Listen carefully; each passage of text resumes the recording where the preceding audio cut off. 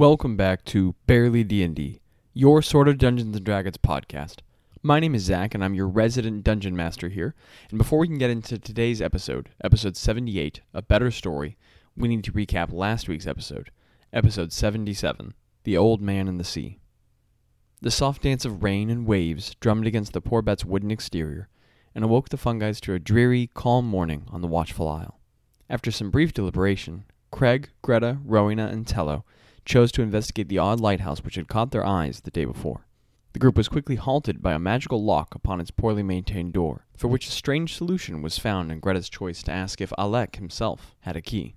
The elderly man gave a strangely coy response before producing the exact key, and the party was soon exploring the weather-worn edifice. Therein the group was stunned to have stumbled upon what seemed to be the quarters of an inventive mage, with trappings of arcane tinkering and alchemical design all around them. Enthralled by the space, the party members were all too engrossed in the infiltration of a locked cabinet before a sudden, if soft, greeting from Alec startled them all from behind. The party turned about and entreated the obtuse fellow to explain the revelations they discovered below the lighthouse, for which the unassuming lightkeeper suddenly transformed his appearance into that of an even stranger man and offered the following phrase: "I'm Nifty, the Chaos Mage." With news of that incredible revelation, let's not wait any longer, and let's get into episode 78.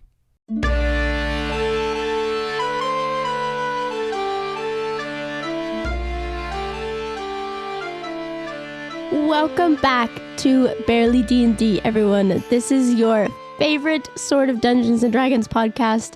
Today, we have a very special guest, and it is not a person in the room, but it is an imaginary human man inside of our brains. In a basement. We found another friend in a basement, and I am so stinking excited. I think I cried a little bit. You did cry just a little. I started to cry a little bit in the last episode, and I'm starting to cry a little bit now. I'm so excited. It's the big one, everybody. My face kind of hurts because I've been smiling so much. Before we get to that, announce who it is? No, I think they know. I think they remember. I think you haven't been listening. Get ready to get served, son. Importantly, this is another Landon-less episode, and Mika and Jaqueline are at distance, but it's still gonna be good. It's gonna be real good. And it's second episode energy, baby. Also, listener, if you're wondering why isn't Daniel back, his character's in. I didn't know he was going to be in Oregon, so he's just not here this episode, and that's okay. He's here in our hearts. So it's just going to be written out the whole time. But we have a letter question. Jay Quellen, what was yours? Oh, that's why he went fishing. I'm sorry. Jackie spent the whole session like, I knew it. Under in his shista, I knew it. And it's just like, no, it's just Landon's just gone, or he's just Daniel. I don't know. I can't tell my wife guys apart.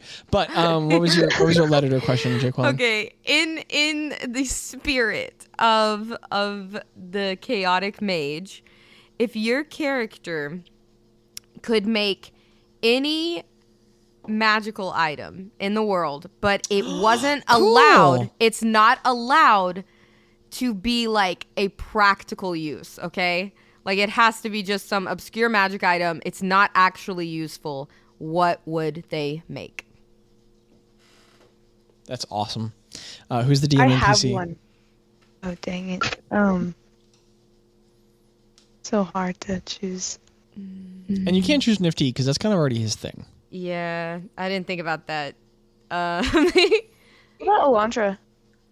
I was going to say I'll go with Alondra. Okay, Alondra.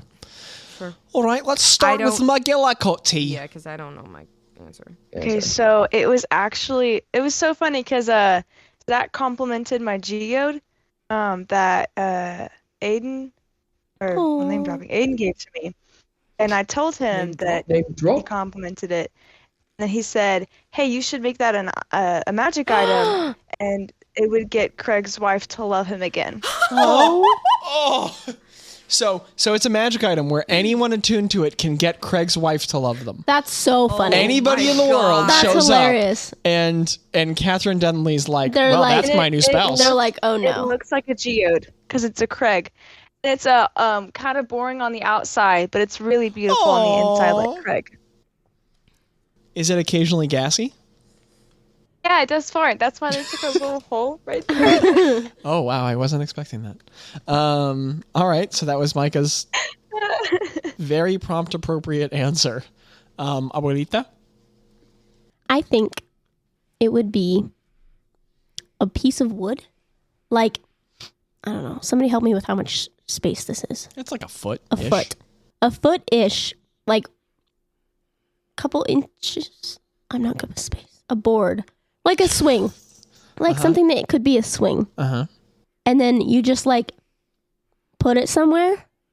And it's got these ropes tied to it. Like it's got a little hole drilled in each end. And there's a rope tied through it with a really good knot. And so you put the swing and then you like put up the ropes. Like you just put them up. And then you sit. And it's just a portable swing. Oh, that's sick. So that's a just, cool like, item. You can just like start swinging anywhere. Because I feel like Greta would really like to swing. Dude, that's a cool item. That's a sick item. So it's like a swing I wish I'd thought of that. that you can just put anywhere. You can use it. Maybe. DM permission. You know, given I by sent you guys a Abby. huge document on making magical items. Oh, that would be so fun. I mean, you can't cast spells, so you can't do it, but everyone else could. That is a good Whoa, point. Zach. Dang, Calm the face down.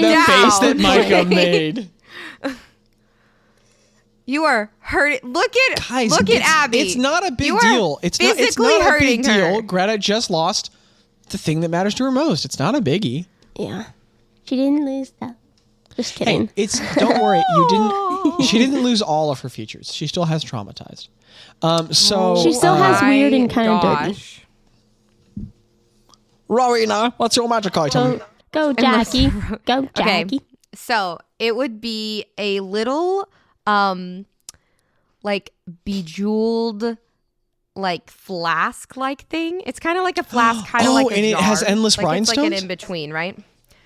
No. And each time you open it, there's a chance for like a really tasty jam or cool. syrup. Oh, that's awesome. But a third of the time, there's a chance of it being a really bitter, awful jam. Oh.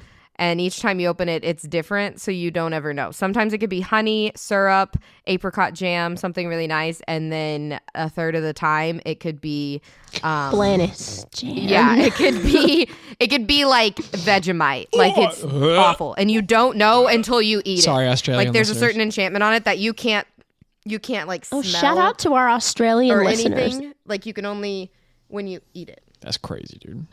So it could I love be that. good. But I love that. That's could also be awesome. bad. That's very nifty. I know that's very, what I was like, trying to go with. But also Yeah. it has the tinge of roe because she loves her sweets. And she would totally carry that around and be like, try this and make someone else try it first.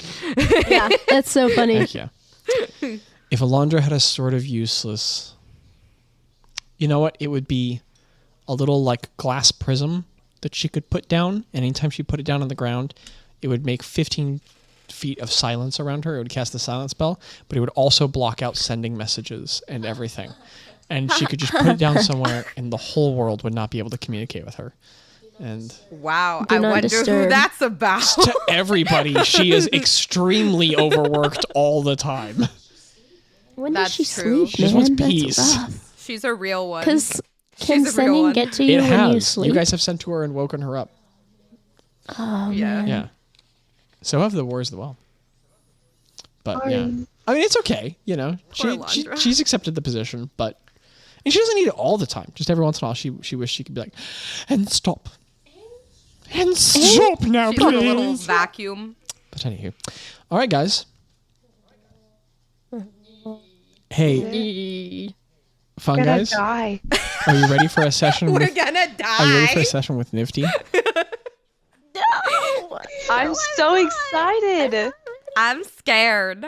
I'm nervous. That sounded like Spagoomer. Guys, this is episode 78 of The Accidental Adventures. A better story. Ah? Ah? I just spelled episode Many wrong. questions. What did you say, Micah? How long till I start Yeah, to what- cry? did you say? Better story. What story is it being definitely compared not being compared to How is it Garfield better? Tale of Two Kitties. Let me tell you, that thing's perfect. This is a level 9 adventure. Yes. Is that a real thing? And let me tell you, it is one of the movies of all time. So this is a level 9 adventure, and the date is 3488. Peanut butter. Bjolskund 22nd. And we're gonna call it. That was the 21st. Are you guys gaslighting me? It's the 22nd, No. right? Oh yeah, we did wake up. Oh my And it goodness! was Stop! we slept. I am trying to keep it together. Time And it doesn't is, exist. It's We make it what we What want. did you just say? it's 10:49 a.m. Stop in the name of the law. I'm trying so Thank you, hard, T. man. So without further ado, let's play some D&D. Guys, give me happening. Okay. Do the sec. Deep breath, everybody. Fun, guys.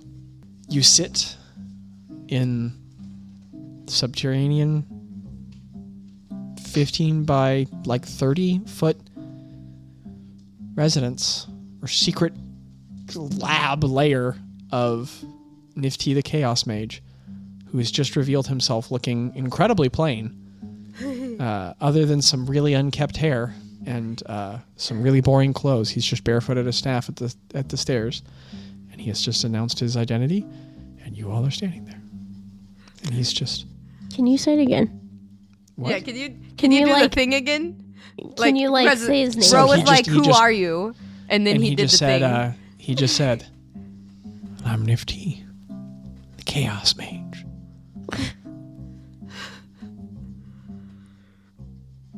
I feel like There's just like a ding, ding, ding, as Tello drops the knife he was holding.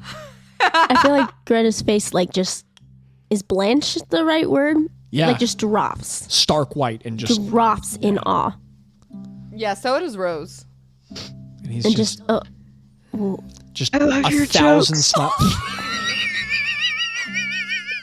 wait, what did she say? She said, "I love your jokes."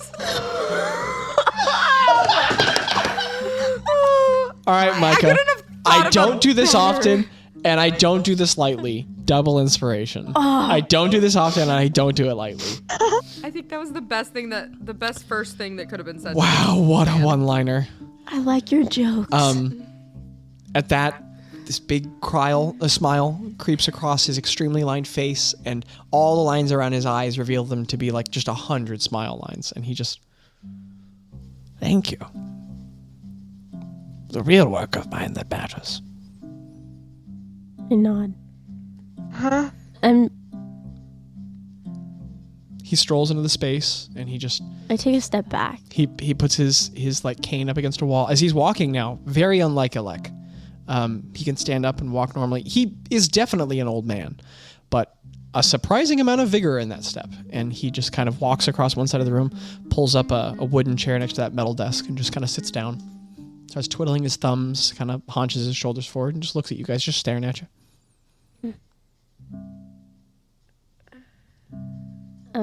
Oh, So why the fun, guys? fun. Guys. So, wait, did we tell you we were fun? Did we tell you earlier who we? You mean the name? Mm-hmm. We're fun guys. That's what I said. It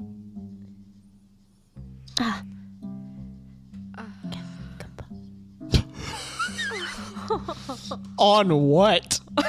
On myself. anything. He just goes, Anything. I just can't. and you kill Nifty. Just No. Yikes. Just end him? That's horrible.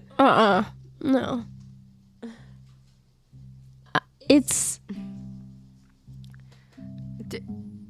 Did you? I think the name started as a joke a long time ago. And then it was so funny that we kept it. then we made a name for ourselves. And it was also the Fun Guys, so that's good. All right. I'm gonna approach the desk. Yeah. So you kind of walk up unsteadily, and that big metal table is next to you. Yeah. On the blast marks on it. And I'm just like staring. Like I'm not at him or at the desk? At him. Okay. And I'm just gonna reach into my pocket and pull out the spyglass. There's this sudden kind of wash of remembrance on his face, and he goes, I haven't seen that little beauty in a while. And he just opens it up. Wow, you really let it go to crap, huh? And then he looks into it. I just use it a lot. Has it been fun? Yeah. What have you seen? He hands it back to you. All kinds of things. I've seen a lot of wildlife. A lot of deserts. I think like just ocean and stuff. Seen a lot of All right. everything. We found it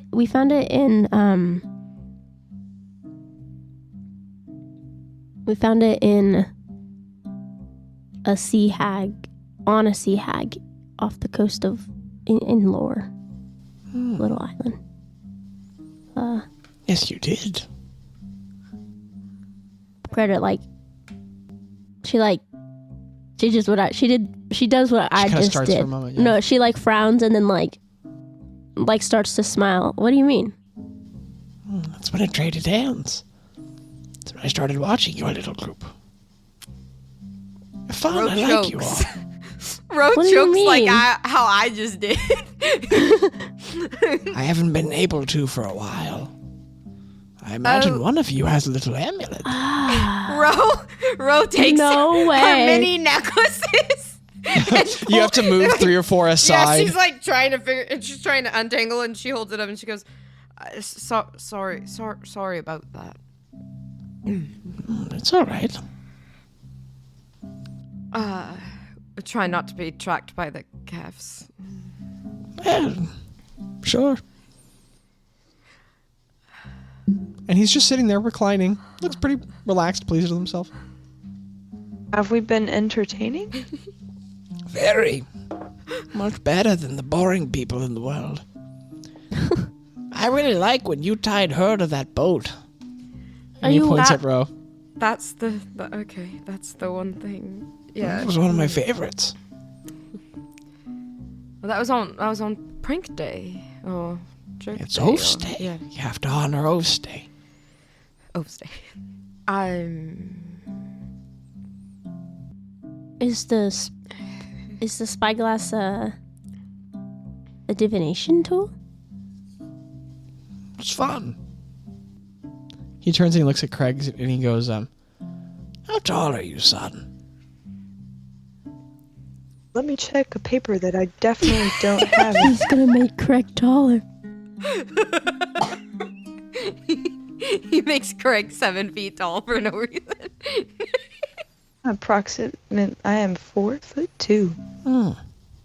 He like snaps his fingers and this little like there's actually fairly sizable like brown leather bag just pops into existence next to him, and he like undoes a little clasp on the top, he pulls out this long strip of leather. He wraps a finger on one end, a finger on the other, and he just pulls it tight. And as he does, he draws some symbols with his thumb in the air, mutters, and then Craig, you feel weird. Each of your joints starts to ache a little bit. Your bones suddenly feel like really uncomfortably loose. You take a deep breath and you sort of like, you go, and as you breathe out, you go, and all your limbs go and lengthen, and your arms and your legs double in length while the rest of your body remains the same proportion. Craig becomes about 7 feet tall. Whoa. His torso is the same. His torso and head are the same height. And his legs don't get proportionally bigger, just longer. And then after everything elongates and like your pant legs pull up to like they're now like the bottom of your pants are halfway up your thigh now, and the rest of it's just exposed. Your arms too. Craig's like all of his fingers get longer too, and he's now these super long legs and arms, to his shoes? and his head and feet are the same size, tiny at the bottom of his legs, and Craig, you just out longward, and your movement is doubled, and you have advantage on dexterity saving throws. Craig. And Nifty just winds the leather back up and puts it back in his bag and just. I look at Craig. And then he snaps and the bag just out of existence. And then I look at Nifty. What did you just do? Ro has a Did you ever look bring of that like, cat back or no? oh, favor. You don't have to now. I was just curious. Craig. And I don't watch all the time. I don't want to be this tall. This is gross. Tall Craig, you people feel are clumsy. weird. Your hands and feet tingle. Wait, Ro grabs his arm. It just she tries like, to it grab lifts long.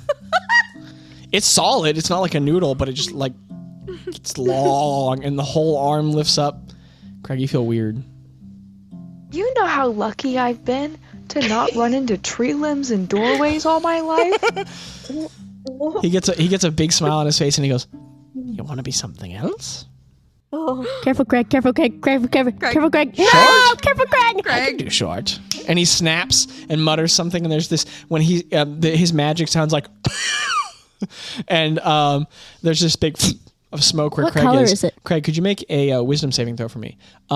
It's like a dull brown.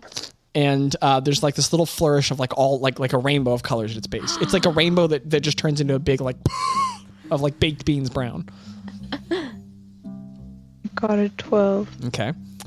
The smoke kind of clears and everybody coughs and like it's like dusts the smoke out of your way. And Craig, as he casts polymorph on you, standing in Craig's place is a chicken. And Craig, you are suddenly much lower to the ground.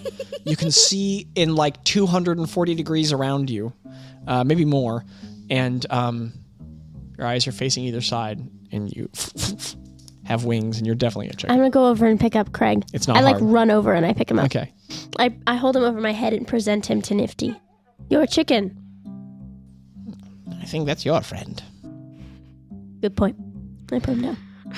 Craig, you're a chicken. Why are you on the? Why didn't you tell us? Why would I tell you? what? Craig's gonna walk up to Nifty and start like pecking at his feet. If Oh, stop that. Lifts up his leg. Stop! You're pecking him. if we wouldn't have found, if we didn't come down here, would you have told us? I don't know. Why'd you come down? Last time we went, We're you might have seen curious it. to a Last time we fault. went into a. I don't watch you guys all the time. I just tune in when there's nothing else on. Can you watch other people Of course. It's half of what I do. through? I'm curious. Is it? It has to be the telescope. No, I scry. How did you meet us then? Like, don't you have to see people? You picked up my telescope. How does that work? I check in on a lot of my items. DM, would I know? Like, that's funky, right? You, as someone capable of scrying, who understood the spell, you understand that scrying is much easier when someone has an item that belongs to you. Dang. Smart. Craig, you're still a chicken. Were you watching the telescope when we found it? No. And the hag was borrowing, so. No, sorry we kind of broke. No, I don't care. And he stands up and he goes, "Well, should I be going?" What? No, all right. He sits back down. Why'd you give us the I key? can't say anything. I'm a chicken. Yeah, you're a chicken. Craig goes, fluffs his wings. I don't know, why not? I haven't had anyone down in a while. It's fun. I don't want to be a chicken. Craig goes,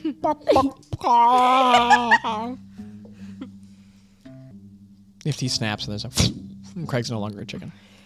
And Craig is suddenly sitting down on the floor nearby the chair. What is Tello doing? Tello's just standing very still. He's been involved in so many bizarre moments with you guys. He's just learned to kind of like back away, get quiet, and let things unfold. Yeah. So he's just kind of standing there a little stunned. What's in the cabinet? Oh, I don't know. Magic items. Powerful, interesting things. Ugh. Why are you hiding as an old man? As an old man? Like, why are you in disguise? I died a long time ago. Living out my retirement.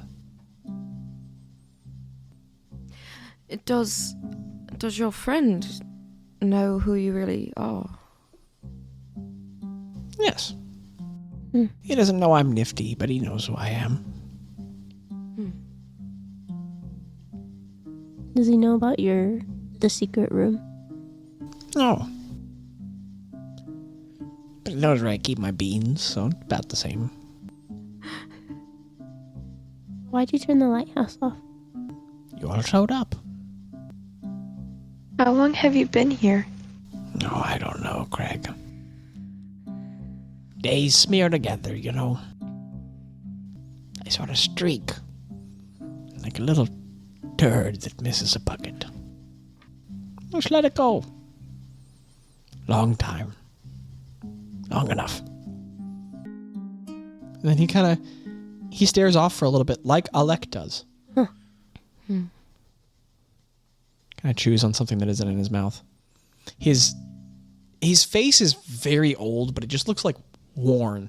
And as the shock is wearing off a little bit, you guys notice that he's got all sorts of nicks and cuts on his face, and his lip looks kind of like long-term busted on a side.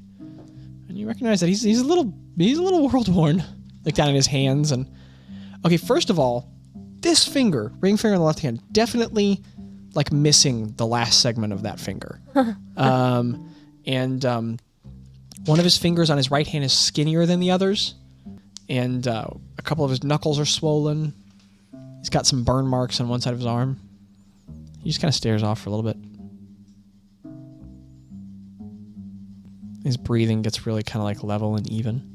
It's like he forgets you guys are there for a little bit. He's just a really soft.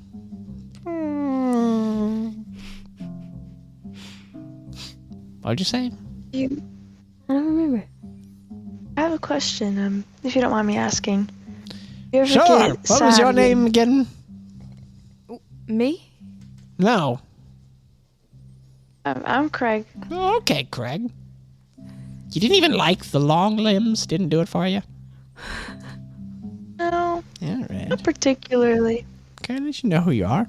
What's your question there? Do you ever wish that, no, sorry. Do you ever get sad when your items fall into the wrong hands? I don't know. I don't make them for anyone's hands. Yeah. I just hand them out. I mean, if someone really crappy picks them up, I go take them. But most of the time, I mean for them to get lost, you know? Yeah. I'm not a controller.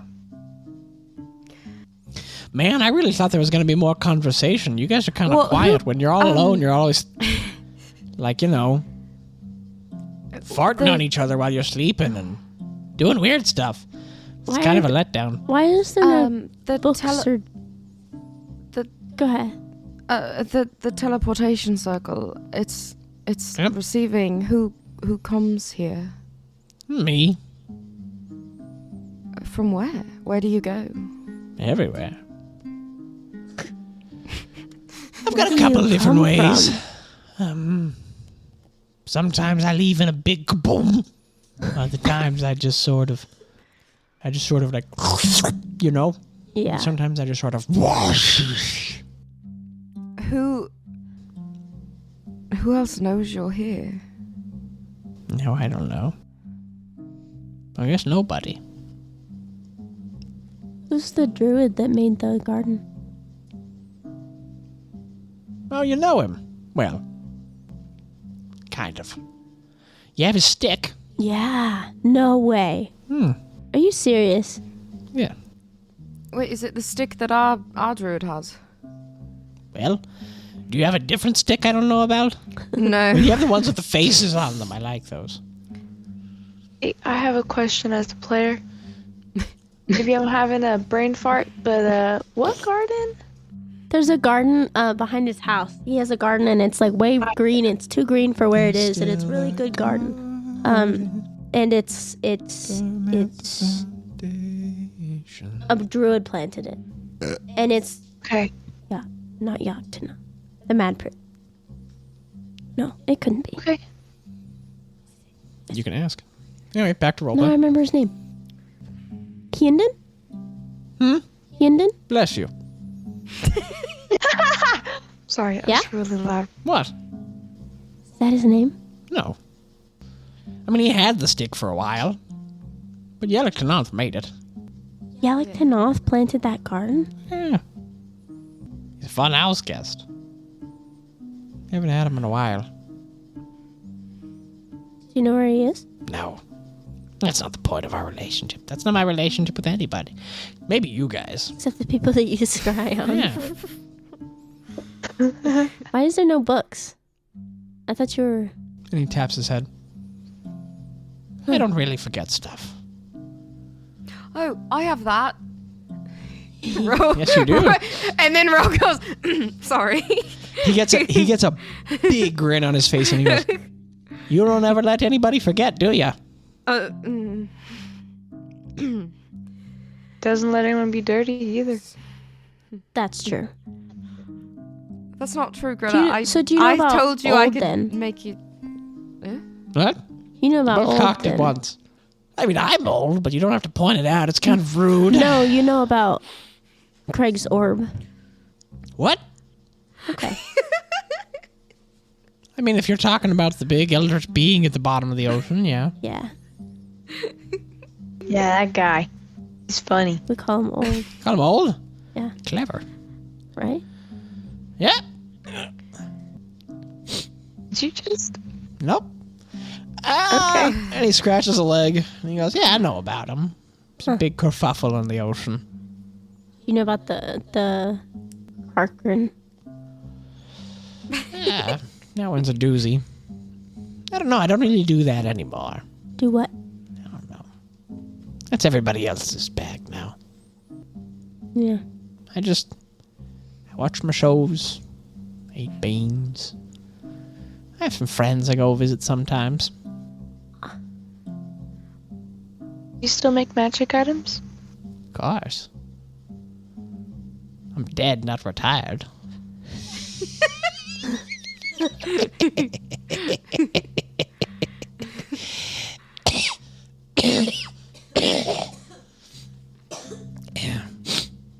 Yep. Got any good ideas? Gretta did. Yeah? Greta was telling us about it on the ship a while ago. And you got short stack? I was. Pipsqueak, what you thinking? You ever been on a tree swing? Yeah. So it's like that. You know the ones where it's like a board and she holds up her hands? She's like, I'm not really Kind good of with like space. yay. Yeah, like He holds yay. up his hands too. Like yay. All And the then fingers. it's- You know how like old guys, like when they hold up their hands, they can't straighten all their fingers and some of Yeah. the fingers point the wrong ways? Yeah. None of his fingers is quite right. He holds up his hands like yay. Yeah, and then it's like this big, and she shows like All right. a 2x4. And then it's got like two rope. It's got a little hole on either end with a rope tied in it. So far, you're describing a swing. Yeah, no. So it's got these ropes, and you like go with the rope, like you're straightening it out, but it stays Right. straight, and then you do the other one, and it stays straight. Oh, you got like a, but don't. Well, first you, and then but not it, and then you like hang it, like you hang like you were. I don't know. You just put it somewhere, and then you can just swing anywhere. So it's got a and a, but no like. Shakes his hands. No. No tree. Yeah. That's Yeah. sharp. I like that. Yeah. Maybe. All right. This one is mean, but I thought of one where it's like a bandage, and you put it on, and it's mean, but it hurt. It's like a curse, or like you put on the Band-Aid, but it like actually I makes don't it do that worse. stuff. Okay, Leave I'm that sorry. to your I'm sorry. friends. No, I don't know if you saw. They're not my friends anymore. And then all of a sudden, his face turns up into this like really churlish smirk on one side, and he goes, "They're not, are they? Mm-mm. How's that going?"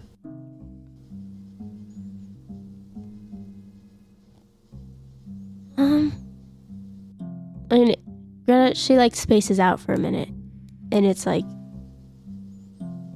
she forgets that like there's other people in the room. He kind of like spaces too, kind of, but looking at you. Like he just fully quits looking and talking to everybody, but he just stares at you. I think it's good. I don't know. I haven't done it yet, so like it's been done, but I haven't done it yet. Do you know what I mean? Yeah. I don't know. I get it.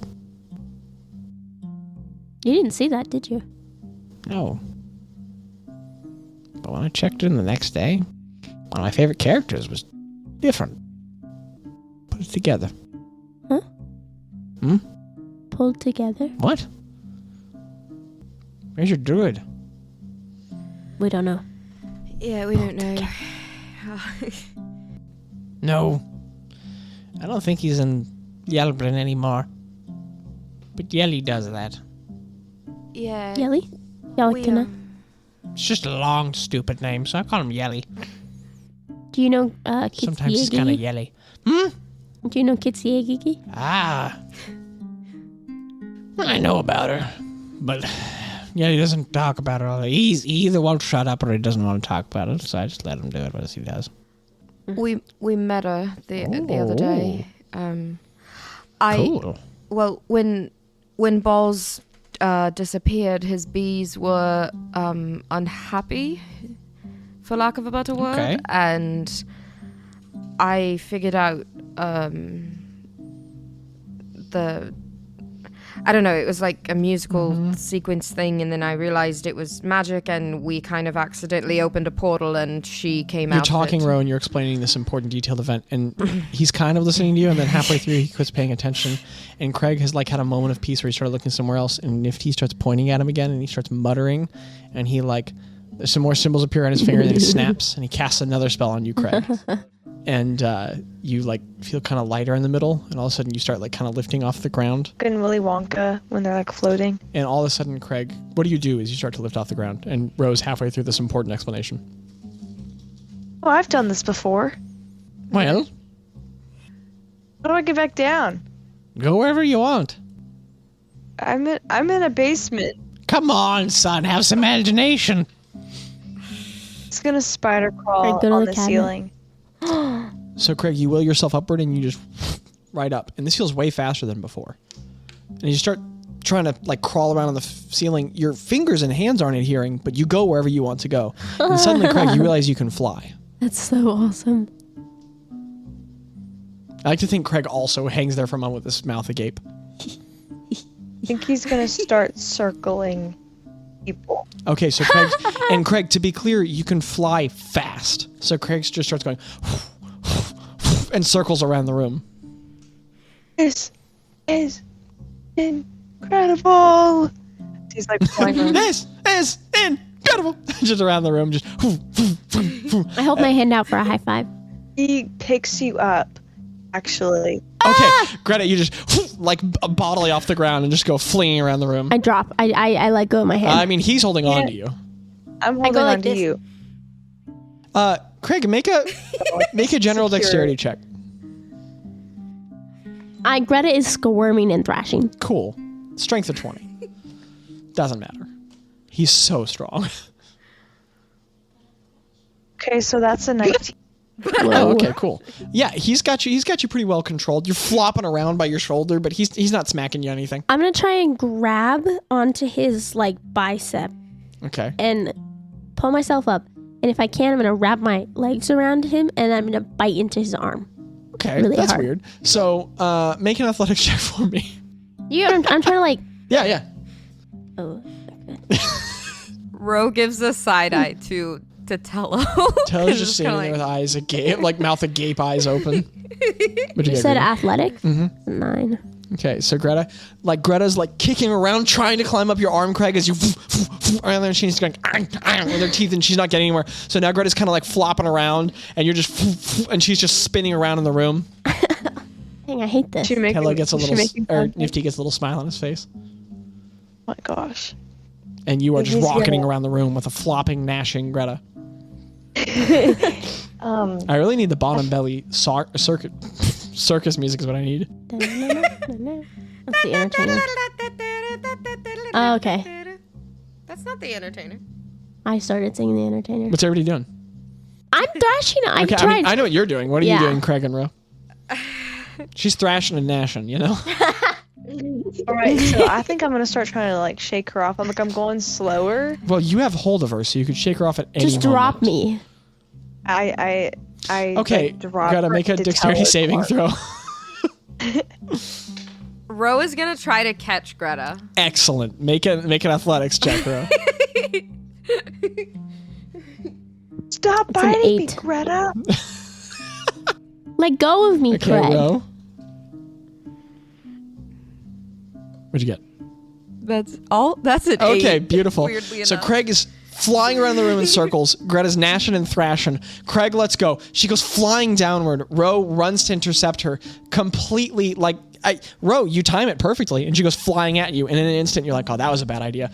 And Greta just boom, collides with Ro. And you guys both like, boom, boom, boom, boom, and you like go flying apart. And one of you boom, hits the big like metal cabinet. And the other one into the wall. And you I'm just gonna take like a point of bludgeoning. And you're both like, the room is reeling and spinning. And if he goes... I'm gonna stand up and try the lock on the cabinet. Okay, so you just stand up and try the lock. Make a sleight of hand check for me. And Ro is gonna press the digitator. Okay. Hey, remember the toxic gas? Well, already doing it. For the toxic Already doing gas. I always do this. Craig, you're still flying around in circles unless you want to stop. Craig is gonna fly up out of the out of the stairs. Okay, so Craig He's gonna leave the room. just flies out. Oh no. Craig, you rocket out of there and out of the lighthouse.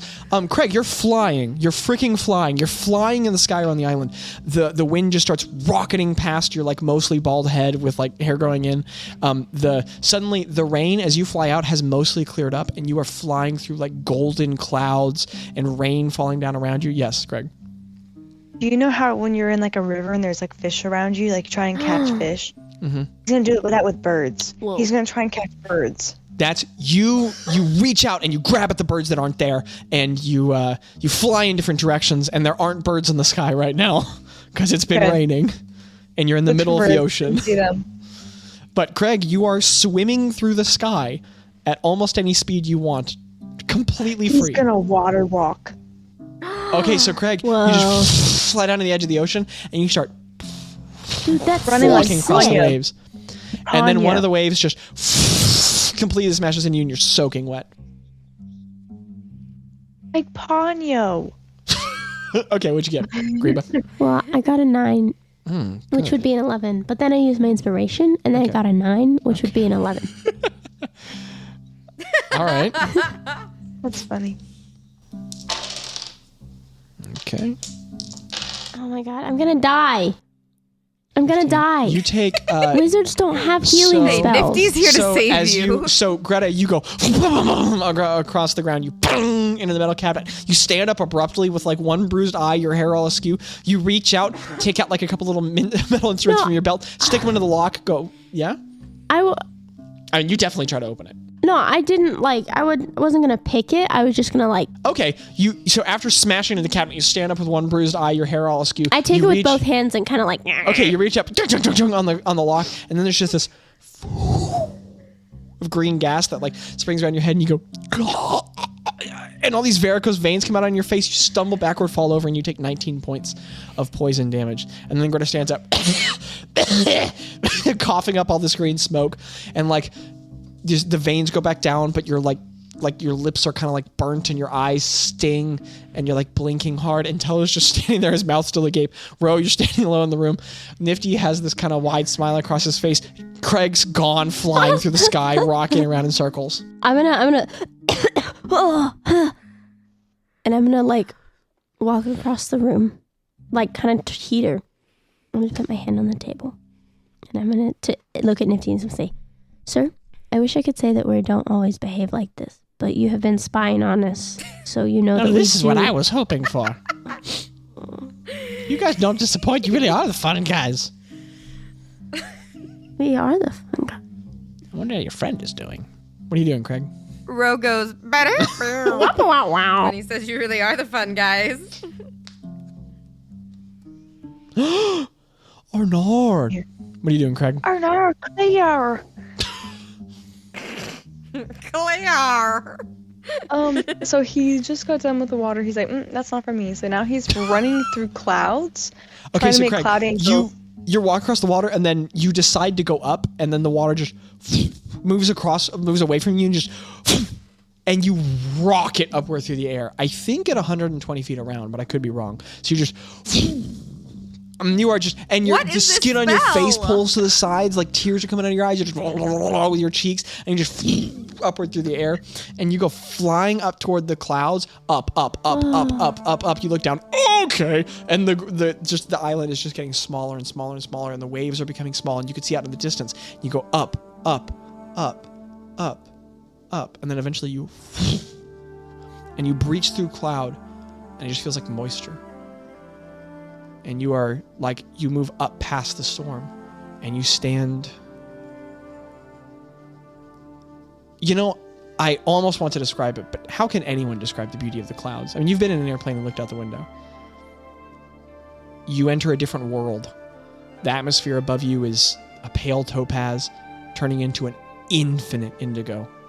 And all around you are just shifting, rolling mountains of pale white, dressed in gold at the top, with, as the edges of the clouds contrast the stark blue beyond them, you see kind of an incomprehensible amount of detail in the form of the stark edges of clouds as they stand out against the sky behind them. And all over, the storm is falling apart, so you see the really dense gray clouds that sort of rise up into huge smooth structures. There's these very hyper-detailed white clouds in front of them with billions of ridges constantly shifting and slowly changing and dancing. And you can hear in the distance far away from you. And as you look far away, there's this arc of blue just... And you are just in perfect cerulean peace. You watch columns of rain fall below. I think that Craig is now realizing that clouds are not super solid. And there is no reason for you to not know that. So he's like going down to the clouds. Sorry, you knew what I meant. He's going down to the clouds, and he's trying to like grab some. Craig, you fly by and they just feel like cold moisture. He's like, what? What? Trying to make cloud angels, and it's not working. The water is condensating all over you, and every time you fly out of one, the edge of the cloud it like moves rapidly behind you like liquid being pulled, but then the moment you fly away, it all just flows in the slow motion. These long, tendrilless fingers of gas wisping away into nothing. And you just feel bored, an incredible freedom. Oh, okay, or you get really bored with flight. No, not with flight. With the clouds, he's looking for something to take back to the people. Oh. Gotcha. He found it beautiful, but his attention. No, hey, I love it. I think it's something kind of beautiful about having one of the more incredible experiences possible in a mortal life and being like, wow, when can I get back to the ground? So you're in the sky and he wants a souvenir. You don't see anything to grab. There's no souvenirs in the sky. Yeah. You know, he keeps looking. He's looking at taller places. Like he goes to the top of the lighthouse. Okay. He flies back down. Craig's gone for a long time. We'll get back to the party because at this point, Craig, for you to have flown all these distances, you've been gone for about half an hour. And so we'll just back to the party. Well.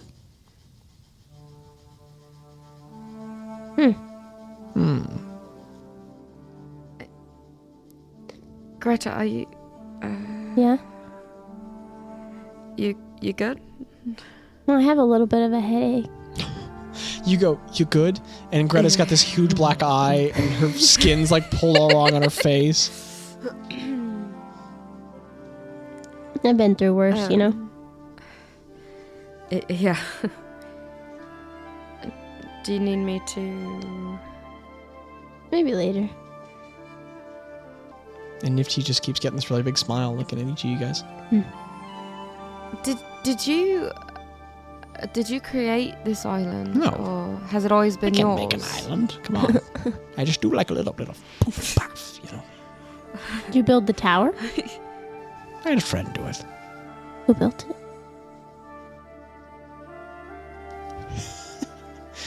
You know, I don't even remember. A friend, though. Or maybe I did build it. Kind of forgotten now. Built it about 100 years ago. And, just live here. How?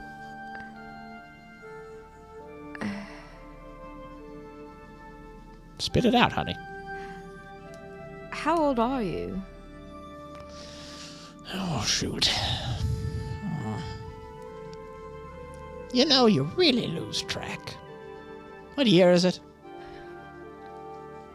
34. Oh, holy crap. PB. Yep. Well, I'd assume that. It'd be some real trouble if it wasn't.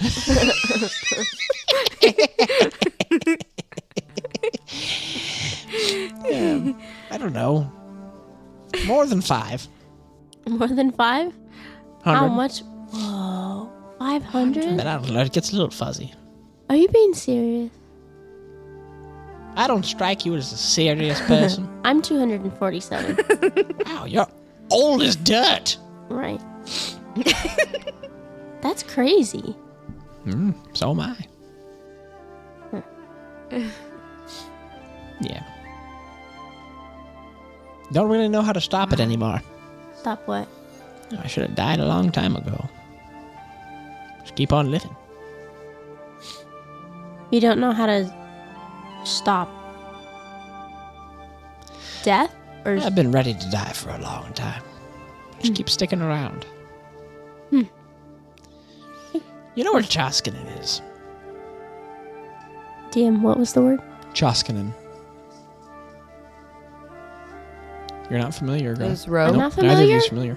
Not even with a rumors check? No. Not even. No. Not with any check. Not with any kind of check. I'll tell you what. You can make. What's your rumor modifier, Greba? I have. No, I don't have I expertise. have my proficiencies in rumors too, What's your max? but not What's expertise. your max? I have a 28 plus would be my max. 9. Okay. Plus 9? 29 would be. We'll my call this a max, DC yeah. 28 check if you guys want to make it.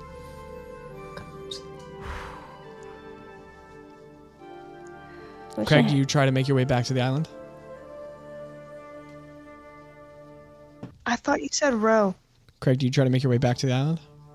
Absolutely. Okay. So you are rocketing back down toward the earth. Do you try to, like, fly yourself down? Do you just fall? How do you do it? Can he do like he's letting himself fall and then towards the end he like flies and like hovers down slowly. Oh, heck yeah. He like free falls until. Okay, so you how long do you free fall for? Just kidding, I hate Tom Petty. For like 10, Okay. So 15 you feet off fall the ground. you fall for about 1,000 feet. And you'll slow down quite a bit, and then you kind of go to like a controlled fall. And eventually, as you get close to the ground, you try to like you come to that like sudden stop. And could you make a Constitution saving throw for me? Yeah. You should be really good at those.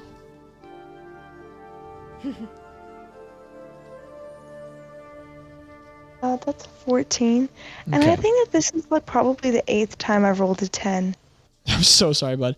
You stop yourself really close to the ground on this really sick, like superhero kind of landing thing, and then you just like just throw up like fish sandwich everywhere because you take about like I don't know like 8-9 G's as you just like and you just it doesn't get over you.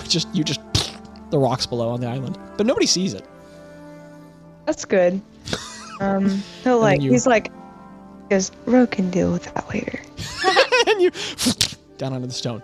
This is still much after the events of the rest of the party, so I'm going to go back to them because that's a huge distance to fly. But yeah, okay. So back to Greba. What was happening? What did you guys get on your checks? Oh, I got like a... Okay. Ro, what'd you get? I got a 13. Okay. I got a 12. Okay. Never heard Or of a Joskinen. 14. Okay. Not a 28. Joskinen? You're not familiar with it. It's a quiet place. Careful to ever go there. Where is it? It's a landmass south of the wildlands. It's unmarked on most maps, so just the title. But it's where... You ever heard of the Old Ones? Yeah. It's one of their only surviving hangouts, you know. No. They're not there, but most of their stuff is. And some wild stuff there. What do you mean by stuff?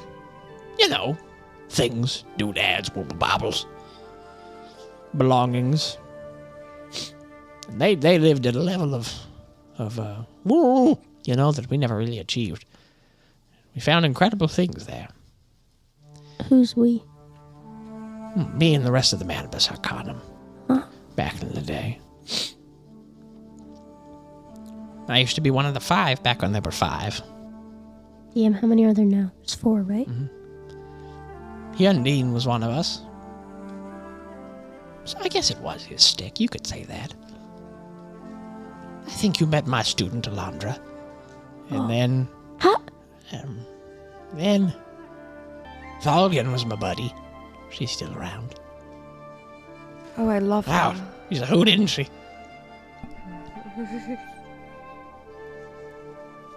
I guess she's about my best bud.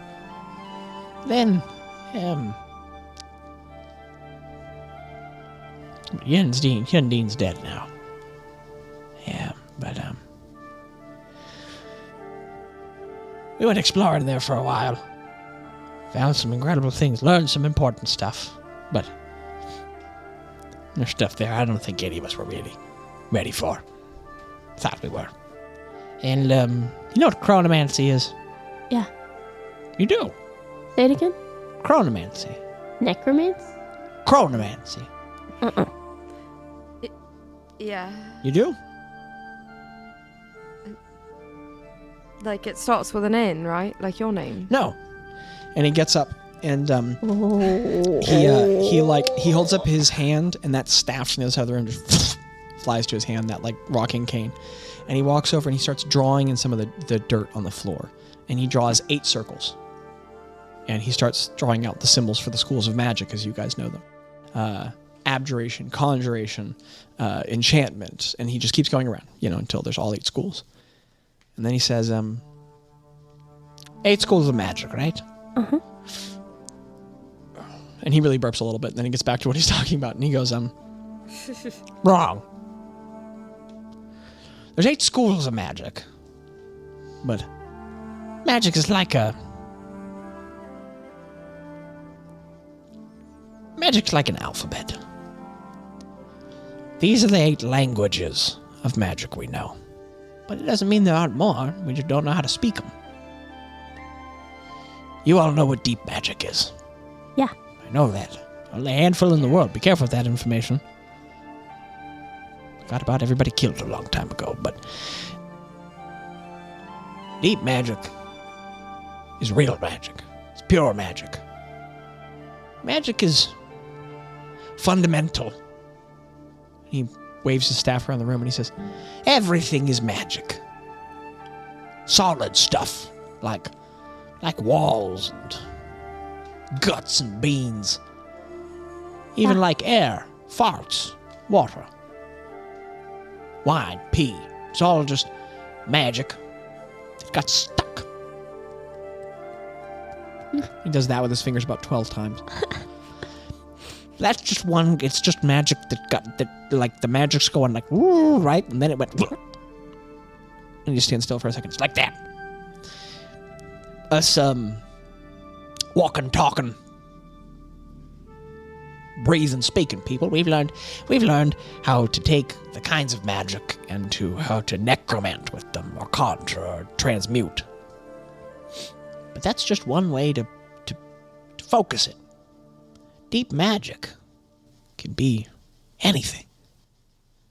Deep magic's what makes everything, the whole world, beyond the world.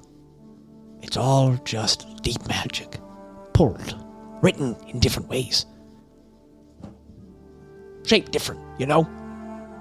It's all just different arrangement of beans in a bowl. That's all it is. All it is. We didn't learn this ourselves in Manibus. So we had some sharp cookies, but not that sharp. We're dumber than we thought we were, that's for sure. And truth is, it turns out there's other ways to shape that magic. The old ones, as our very clever historians named them, whoop-de-doop. The old ones learned how to take the deep magic and put it in other languages. And then he writes out a symbol. He puts another circle in the ring, a ninth one, and he puts a symbol in it that you don't recognize. And it's basically a circle and then another circle below it and a line conjoining them, like bisecting them Are they down the same middle. size? So that, yeah, two circles that overlap each other in the same size and then a line crossing through them. Completely new symbol. You've never seen it. And he goes, Then there's chronomancy. and for the note takers, that's C-H-R-O-N-O, Mancy, chronomancy. And he goes, That works with time. Whoa. Old ones knew this stuff well. They could treat time like a book. They could move it forward, back. All sorts of different stuff with it. Our modern wizards, the best of them, know how to stop time. They call it transmutation, but truth is, it's just transmutation wearing a funny hat using a voice. Something I'd never do. And it's really just chronomancy. Even necromancy. It's got overlap with abjuration. We act like they're different, but they're more the same. There's others. he draws a 10th circle. And he makes a weird shape. It's got a smooth bottom, and then it like rounds up on either side, and then dips a little bit and connects in the middle. And then he puts a little, like, kind of a mark that goes up, down and around, and then a little dot below it. And you realize he just drew a question mark over a bean. And he goes, That's chaos magic. I made that. You made it? I made it. How'd you make it? I'm darn smart, girl. Yeah, it was also an accident. But that's not the point. So all the other schools are about separating the magic out, but I learned you don't have to separate it. See, all of these other... you know what a nerd is? Yeah. Yeah, nerds made all these others. I lie. I don't know what a nerd is. Nerds like a nerd, right? and then he points back and hit the circle for chaos magic, and he goes, I made chaos magic and I'm cool. And I learned that you don't have to write it all out. You don't have to figure it out. Chaos magic is about... all of these others are about writing out a sentence, right? Making up all the math for them. Chaos magic's about you just want one word. And you just try it, and you try it, and you try it, and try it, and every once in a while you blow off a finger, and he holds up his hand. But you do it till you get it right. And then you write down how you did that, and you don't care about how you got there. Does that not explain it? Wow. You there, tall fellow. he points at Tello, who's just like, oui? And he goes, You down for an object demonstration? and he goes, I figured I'd get roped into this at some point. And he goes, Good. and all of a sudden, he puts his feet wide. He lifts up his arms. All of the dust in the room lifts upward. He traces out 2 circles with his fingers, then another 2, then another 2, until there's like 7 circles on each side of his hands. He draws out different shapes in them. All the hair lifts up his bodies. Like the hair stands up on all of your body. You feel charged energy throughout the room. He pulls all the circles together, and all this lightning starts arcing around him. And Tello like gets nervous and presses himself up against the wall. All the energy pulls toward him. And then, like, he gets, like, all of his skin lights up, and you can see every little etched line between every part of him. His eyes blur like burn like an electric blue. Lightning like arcs away from his fingers, and you can feel every breath in your lungs as the charge energy holds in the room. And then he points a finger at Taylor and he goes, boom! And, or he goes, alakazam! And all of it, like all the energy just rockets to his fingers, and he goes, boom! And this little like puff of smoke. And then Taylor goes, and a little bean falls to the ground. You been boozled, kid. See, I made that one. That one's called legumation. He can't get out of that. Long time. Can you get him out? Sure. Okay. I say that right now, Craig. And then, comes down. yeah, and then Craig walks into the room. Craig, you walk into the room. Oh, a bean! You go to pick it up, and then all of a sudden, Nikki a snaps, bean. and then your hand gets pushed apart, and just all of a sudden, Teller just goes, and you guys just watch an 8th level spell get cast, and Teller just falls to the ground and goes, okay, maybe no more object lessons for me. So, like, you're saying that I could just stick and go to freezes, and she just says stick. You're getting it.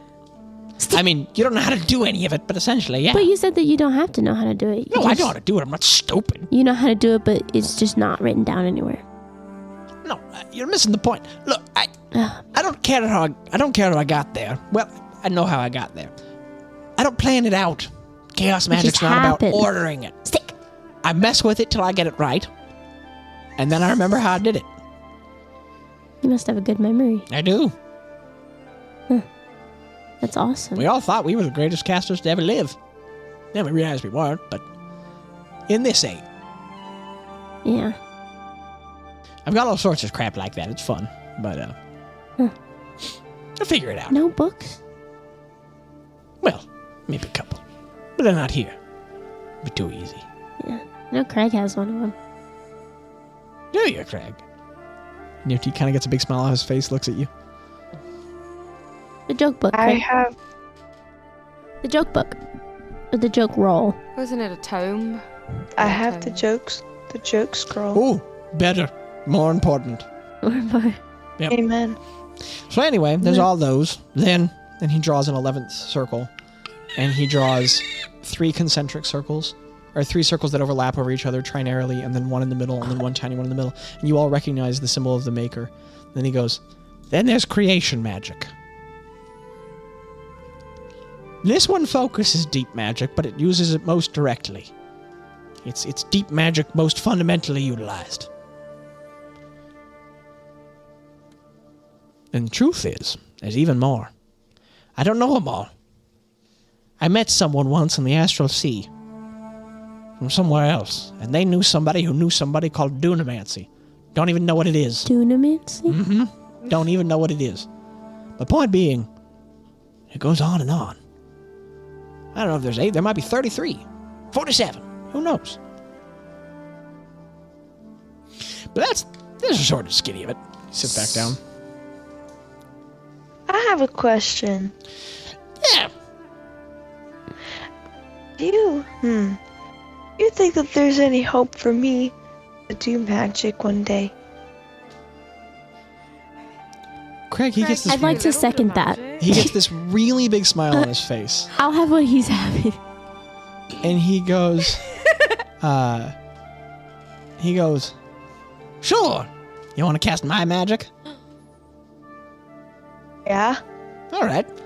and he like snaps his fingers again, and then that big brown bag appears. He undoes the top of it, pulls out a little like wooden bowl, sets it down, and then he snaps again, and the bag disappears, and he walks out of the room. He just walked out of Yeah, the he room? leaves. I go touch the bowl. No, I don't touch the bowl. I go over and I look at the bowl. Okay, you stare at it. That's a wooden bowl. So is He's he gone like for about 2 or shopping? 3 minutes. We're all like, Does he go like? Then after a little bit, he Ask- walks back, and he's got like a little brown bag. He undoes it, pours out some beans in it, and then he moves that to the side. Then he starts drawing glyphic circles in the air and muttering. And it is okay. So you all know that you can arrange magical symbols into like geometric shapes. He draws one and then puts his fingers at different sides of it, and he's like he's goofy and he's weird, but he is like moving rapidly and accurately. He draws like 40 glyphs and lays them into that circle in the air. And then like all these, as these ethereal like imageries are appearing in space, then he puts his fingers on either side of it and stretches them apart. And the symbols break apart into other symbols. And then he stretches the shapes in a different one and smashes them back together. And when he does, they're different layers. And it gets more, I mean, like he's Doctor Strange in it like crazy. And you guys are seeing a level of magic performed that you've never witnessed. Like you haven't seen anyone really kind of display this. And level of complication. And eventually he puts that over the bowl and he just mutters for a while. And then he just smashes it down in the bowl and all the beans go. And then he picks up the bowl, holds it in his hands, and then he snaps his finger and a little flame appears on his thumb and he just holds it there for a while. Like a good 2 or 3 minutes until the beans start to... And then after a little bit, he puts it down. And he goes, eat up. Holds it out to you, Greg. Come on. Oh, okay. Mm-hmm. A bean. Do you have salt? Son, you don't think I know how to cook beans? Eat them. They're good. Gotta eat all of them. Eat the beans. Okay, Craig, you've never experienced it in your life because... in time. But Nifty is the first person in the world to truly develop baked beans. And Craig, you proceed to be the first person that you know of to eat baked beans. They taste phenomenal. And slowly but surely, you eat all the baked beans, I assume. I feel like this is going to be a staple of meals in the future. And Craig, he like pulls out a metal spoon, hands it to you. You eat the whole bowl. He goes, give it back. It's my lucky spoon. What's your thing with spoons and beans? Real observant. Slides it into a pocket, takes the bowl back. He goes, and all the, like, he just does like a little raspberry with his tongue, and he prestidigitates the bowl as it goes, and he shoves it into his bag, and he clicks it, and he goes, all right, you know how to do magic now. And Craig, for the next 8 hours, you are able to cast, oh no. Zap Attack. Oh no. Egg. Oh no. Oh no. And then some others, but basically he outlines 3 or 4 chaos magic spells that you can do. And he goes, but look, all of that's really going to throw you for a bit, so let's keep it simple, okay? Hey, eyes over here. Focus, buddy. Okay. Let's start with these 2, all right? What I did, you don't need to understand the intricacies. So here's what I want you to do. Hold up a big meaty claw. Claw? Hand. Okay. Yep. Say, whoop. Boop. Oh. All right, now go slap whoever you want. And think of a color. All right. It'd be myself. Sure. Hello. And you watch as Craig's entire body just turns yellow. Every last inch of him is bright yellow. Like Not his his clothes, hair? but his skin. Oh my gosh, oh my Skin, his gosh. hair, everything. His teeth? He goes. Everything. He goes to His row. eyes?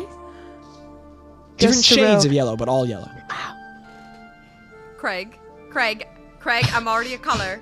I'm already a color. Really, it could be all of the colors. Okay, fine, make me purple. And then he's like, and then he like puts his hand on you, and he thinks of like every color. Oh And no. it does not work. And- Blurp. And he does blue. Okay. Head to toe, Ro is nothing but blue. And he goes, I call that one redecorate. Redecorate. I like what you've done with the Craig. Hello, what's your favorite color? I don't have one. Hello, what's your favorite color? Probably like green. Okay. Blurp. And Blurp. And then tells you green. And if he goes, you're getting it. So it's like thinking. Magic is like thoughts. They just kind of float around. And then we use different words and languages to make them sentences. Sure. But it's all just thinking. And it's all Little. just... No, yes, kinda. Okay. I mean, give it a couple of centuries. You'll get it. I'm not going to be... I've had a couple centuries and I don't get it. Yeah, that's all right. You're a quick learner, Greta. Yeah. Pronounce it, Greta. What? How about Grebes? Friends call me Greba. Greba? Can I Yeah. call you Greba? You can call me Greba. Greba. All right. Greba. Well, yep, that's kind of magic, basically. I don't- Well, I used to How get do I not be yellow? Think of not yellow. How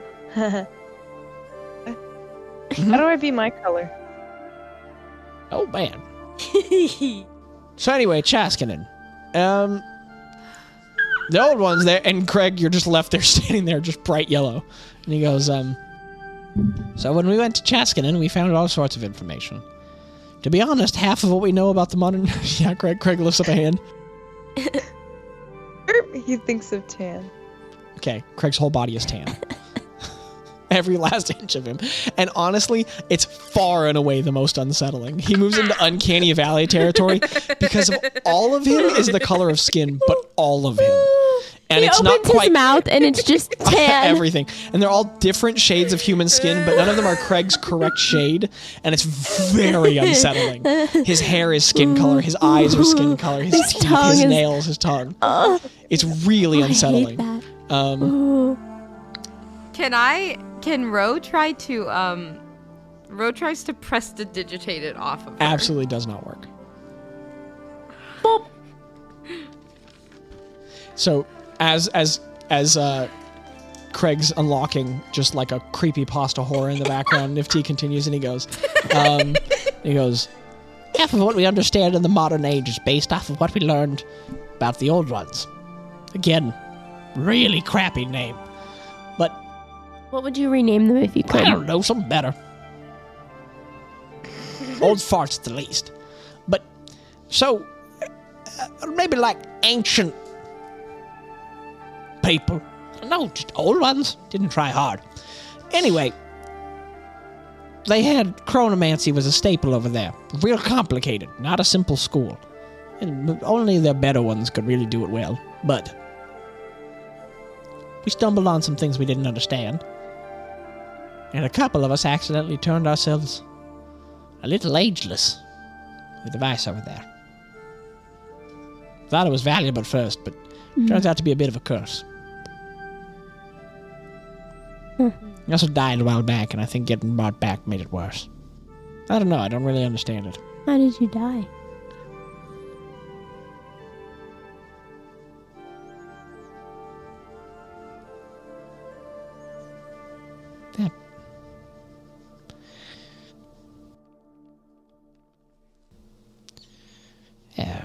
Shasta killed me.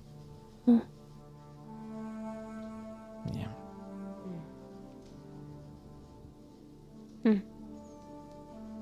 He gets a strange smile on his face and he sits back down in the chair and he goes, been a while since I had a good talk. I died recently too. A while back, but it was actually 3 weeks ago? 2 weeks? 4? I don't know. I can't tell anymore. No, it's a while now, Greta. Yeah, you're right. Almost a month. Almost a month. But yeah, he just he nods and he goes, But it wasn't a friend. no fun, is it? No. Mm-mm. Boom, boom. He pats the table next to him. Or you can sit on the floor, wherever you like. I don't care. I jump up on the table and I sit on the table. Okay. He snaps in the chair he was sitting in, just across the room toward Ro, and he gets himself up on the table too, and he sits up there. It's sorry, I just want to say it's exactly a month. It was Bial Whoa. Kenneth 22, Whoa. and it's Whoa. now Bial That's Scones 22. insane. Wait, It's Greta almost exactly a died month. on the 22nd? That's Yeah. I almost died on the 22nd. That's bonkers. Oh. You're talking about. Wait, you're talking about. Yeah. Dolgoth. Dolgoth, right? That's wild. That's a little, Yeah. that's strange. So he moves the chair. Wait, what are you? Why is Micah looking like that? Abby almost died on the 22nd. And I was born on the 22nd. I know. Full circle. Yeah. This is crazy. So the chair moves over toward Ro. And then he Yikes. points to Tello and Craig and he goes, I don't know where you guys are going to sit. You can stand, whatever you want. He pushes himself up on the table and he goes, I can fly, so that's true. he just kind of like hovers and like crosses his legs. Nifty gets a weird smile on his face. No. And then he looks back to you. And he goes, So anywho, halfway through saying that, Nifty knows good and well that spelling lasts an hour. So then a couple feet off the ground, Craig just goes back down the ground. It hurts, Craig. It's right on your tailbone. And you flex your butt. It feels awful. You flex your butt. It feels awful. And Tello just looks really nervous, and he just sits down crisscross applesauce on the ground, just trying to be as still as possible. He's like trying to hide in plain sight. Not trying to be noticed by this weirdo. And if he just continues and he goes, it's no fun to die, is it? I didn't like it at all. A long time ago I was curious about it. I just figured it'd be an experience like any other in life, but it's not good. It's no good at all. I mean, it's not. It is like any other experience in life, but it's weird to still be here because it's supposed to be the last experience in life. But That's fair. I didn't feel that way about it. yeah. But best as I can tell, I don't think you enjoyed your death either. Did you see it? No. Glad I didn't. You gotta keep up. Gets a big smile on his face. As Maya goes, in the background. And he just says, Shista was my, well, long time ago she was the best of us. But you're very close to the laundress. You already know that, don't you? Mm-hmm. She was more than that to me. She was the leader of the Manibus. Best of us there ever were, really. That was a smart cookie. Thulgan's sharp, don't get me wrong. Laundra's a smarty pants. And the ones who came before us were sharp too. We were the third generation of Manibus. But Shista, prodigy. Maybe the smartest person who's ever lived. No, probably not, but smartest I ever met. She was everything to me.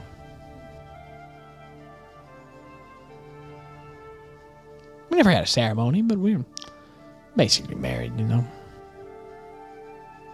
My best bud. All that stuff. But, we didn't know what we were doing in Chaskin, and truth be told, nobody in the world measured up to her. I don't just say that because I fancied her. I mean, really. She was... Nobody could touch us. We had Yellowren on lock for a while, you know. and he makes a big smile that immediately just kind of melts into a frown. He goes, Weren't any Kefkins then. Or there were, but they were just a little pissy nation.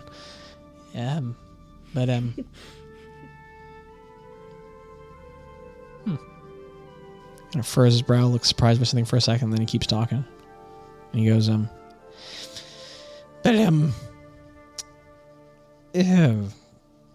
No, there were problems in our age too. But we just had the world under control for a while. We thought. We were arrogant more than anything. We thought we'd gotten so smart and so strong we had it all. You think you're not going to fall into that trap, and then you do. When we found Chaskinen, well, we'd been known about it for a while, but we hadn't gone there. How'd you find out about it? Oh, Manibus has known about that since it was started. Generation 1. Who started them? You know, I read it once and I don't remember. I say I remember everything. I remember the things I care to remember. And I don't remember the things I don't care to remember. But I don't know. They told me when I got inducted. It's too boring.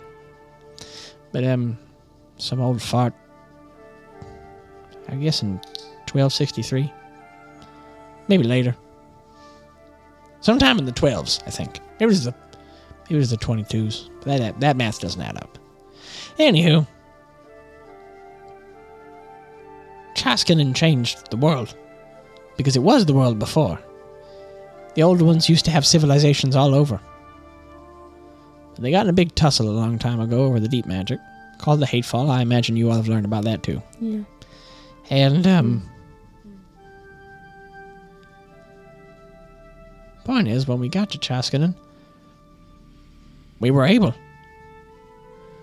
There's some mean stuff there. Mean stuff. Careful going there. Better be ready for a tussle if you do. I love that word. And we could explore it all, we could understand it all, and there was so much information there. More than you could ever understand. It's incredible the things they made. The old ones could sail through the skies. They could walk between worlds. The other one's not it. There's others. And that's a brand new concept to everyone here. There's other worlds? Mm-hmm. Wait a minute. Wait a minute. Careful, short stack. Careful. You mean like dimensions, right? Like Bazz went to the hells or whatever. Like different realms. Like there's the Feywilds, right? No. What do you mean? Careful, short stack. He keeps talking and he goes... and I like to think Greta goes out of the conversation until she puts her head down. And Nifty keeps talking and he goes, that's what happened to us too. We got so excited we quit thinking straight. Shistha found peace there. We didn't know what it was at the time, but it turned out to be a little bit of Zorgrim. I've done that. Not as bad though. Careful. Careful, little one. And he gets an expression you haven't seen so far. And it's not quite like fear or terror. It's a bit more weathered. But he just gets really grave real fast. Nod. And he continues and he says, There's no way you're as sharp as Shistha. But it's not about being smart. Anywho, he took her mind. Slowly but surely. He took her to his land. It's a long story. But punchline is, I didn't know what to do about it. She was going slow. The most competent person I ever knew. I figured she'd get it right. But after a while, I realized that we were losing her. She hit it real well. Real well. I went to go confront her. You know what the bleeding spring is? Do I know what that is? Do you know what a deep well is? Uh-huh. Yeah. Do you? Alright. There's only 2. Maybe there's 3. I don't know. I forget. Because I didn't care. But Zorgrim soured one. Right before he died. He took Shistha to it. For a while, what he was doing was he was lying to her. But in the end, he'd just taken her mind. She wasn't hardly her anymore. But I went to stop her. And it's real stupid of me. Because I kind of forgot the part where she was better than me in every way. So she killed me. Yeah, it was awful. It's alright, though. It's been centuries. I don't know if time heals all wounds, but it closes them up, you know. And, then she died by walking into that spring. What? And now, she's not really dead or alive. And, well, she's more than dead now. She's been dead forever. But that's when I died. And, I've done it all. Greta. I've killed dragons. I've had dinner with dragons. You know my buddy. I've talked with deities. Who's your favorite? all of a sudden he kind of flashes you a smile and he goes, Oh, good question. See? This is the kind of conversation I wanted to have with you. You started out all boring. Oh. On the market. That's tough. We were a little starstruck. Well, I haven't talked with a lot of them. I'm not much of a gods man, you know. But I don't mind the big man. He's pretty cool. But point being, I've done it all. I've seen about every last inch of this world. This isn't Yaldabaoth's first apocalypse, you know. We stopped a couple back in the day. I squeezed life for every drop. Shista was my life. I wasn't right after that. They called me mad, but I wasn't mad. I was just fun. But I didn't go mad for a bit after that. Yelly brought me back. The Mad Prince. The Mad Prince. I don't know why, really. We're not friends because I get him, you know. We're just... I don't know. We've got something in common, and we're never able to figure out what it was. But... I really wish he hadn't. I mean, I've made the most of it now. But... Anywho... I just decided to kind of leave it alone after that. Wait, Yelektonoth brought you back from the dead? Mm-hmm. When? No, he's an archfey, honey. He can do whatever he wants. When? I reckon that was centuries ago. I died and I decided to stay dead. Because I didn't really care to talk to everyone else after that. They didn't have anything for me anymore.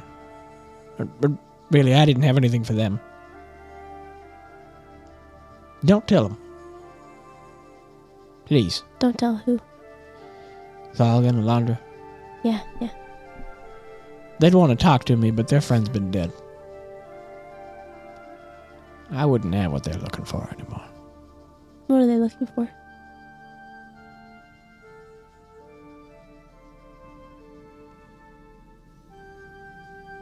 They're still trying to fight, and it's good. I guess they should, but I'm not made for fighting anymore. They're looking for an ally. I'm just an old man. So I left the heroine behind, the adventuring. Now I just sort of live. Why this place?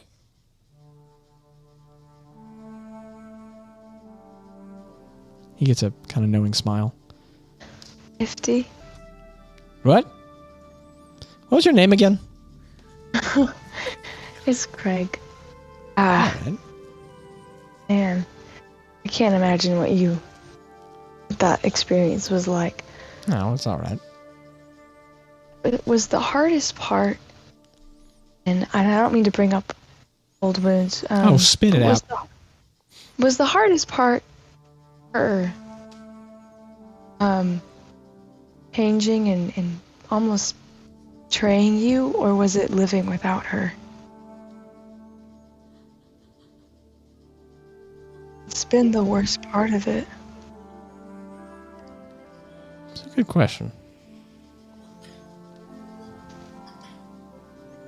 So I can't figure it out for myself.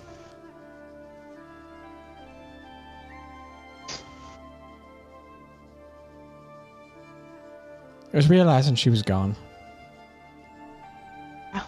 Because when I went there that day to save her,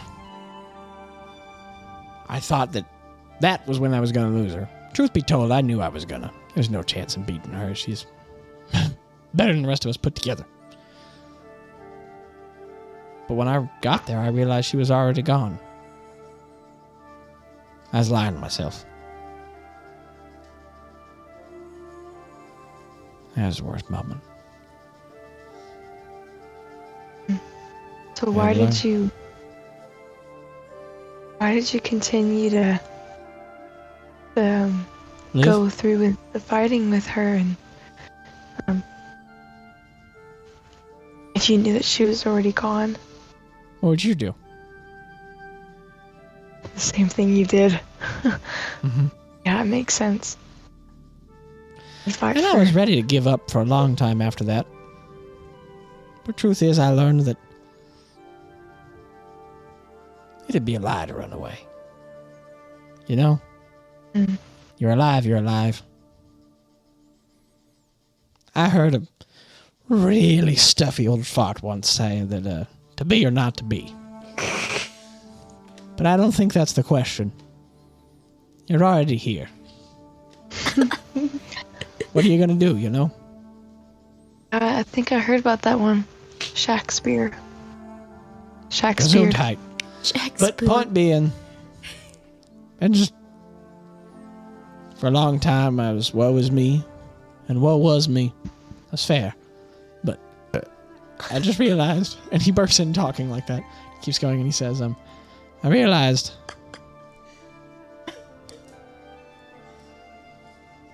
I thought I had it all figured out and I didn't know anything. I was done being smart. I decided to learn something else. I think that's the best advice unintentional advice I've ever gotten. He just gives you a big smile, Craig, and he goes, "You're all right, fella. You're okay. Keep moving forward. You'll figure it out." Yeah. Craig's looking at him with his tan pupils. Nifty nods and he goes, he stifles a little throw up and he goes, yeah, that's about it. Anyway, he looks back to Gretta. So to be honest, I'm not even really the person I used to be. Well, maybe I am. But, I don't know, it's different now. Leading a different life. But I guess I'm here because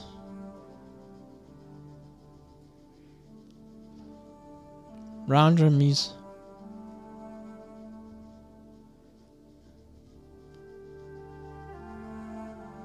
he got lost too, you know? I used to save the world. And I thought that made me matter. And I thought that's what you had to do to matter. I thought that's the only thing you could do that could matter. The truth is,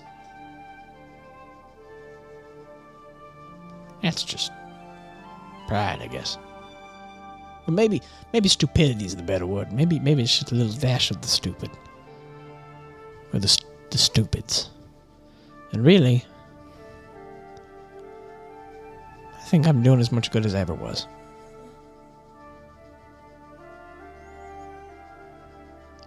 Everybody's world's caving in sometimes. I can't do it anymore. I can't save the world anymore. So now I just pick up the strays who wash up on the shore. That's us. Us. Hey, you're getting a short stack. Plus, I'm tired. And nobody comes here. That's a big part of it. Do you go out? Yeah. Every couple of years. What's your favorite place to go? Have you visited my babes? No. No. Well. No. No. Where are you at with them? Done. He looks kind of surprised for a moment. He nods. What did you mean? There was one of them a long time ago. Sorry, not to interrupt, but one of them was my friend. Long time ago. But something went wrong with her. She got backward. She got pushed out of their order. Something got in her head. Made her funky. Not that one. And, she turned sour. She went bad. She got nice. They're not supposed to do that. We were friends for a long time. She got nice. Mm-hmm. Wild thing. Where is she now? She died. She got mortal too. But I like her. I've got a big one-eyed friend out west. There's a little old lady, an Unsen. We're pals. Makes good tea. All sorts of weird stuff. I've got friends here and there. But anywho. I used to know Vilek as well. But... Who? You know him. Vilek? He's got like a dragon thing going on. But, yeah. I think he's glad to be dead, too. Yeah. I think we should leave it at that. He helped out one of our friends. He did. Sounds like him. Yeah. Good man. Mm-hmm. I guess he's a dragon. Good dragon. Mm-hmm. Yep. That's why I'm out here. And hopefully one day I'm not, but it's taken a while. It's okay, I'm not in a rush anymore. Long path, I'll just walk it till it ends. Just ready. But what about you? What about you? Where are you two gone? And Craig is listening very intently. He's getting really focused. And his eyes completely shut and his head rests down in his hands and he just fully... At the side, and Tello's still remaining stock still because he's still afraid that someone's going to turn him into a bean again. And,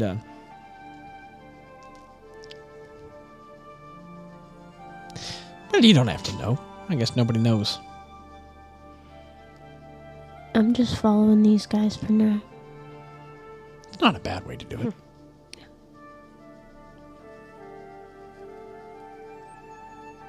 I don't know. I don't know why I started watching you guys. I mean, you're weird, but plenty of people are weird. There's weirder than you. Better. What's your favorite show? Oh, the Clannis Landon special. I love Clannis Landon. You have no idea. Yeah? Yeah, he's professional in the streets. He's weirder on his own. Oh. Mm-hmm. Wow. That's a good one.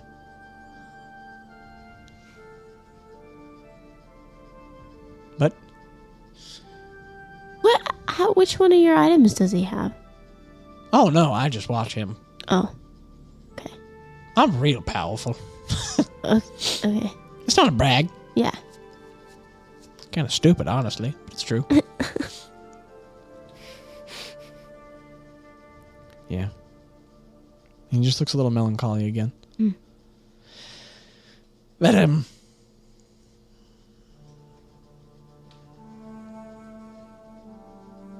I think there's still reason to be around. Truth be told, I guess I'm around because I'm learning all over again. Redoing it, you know?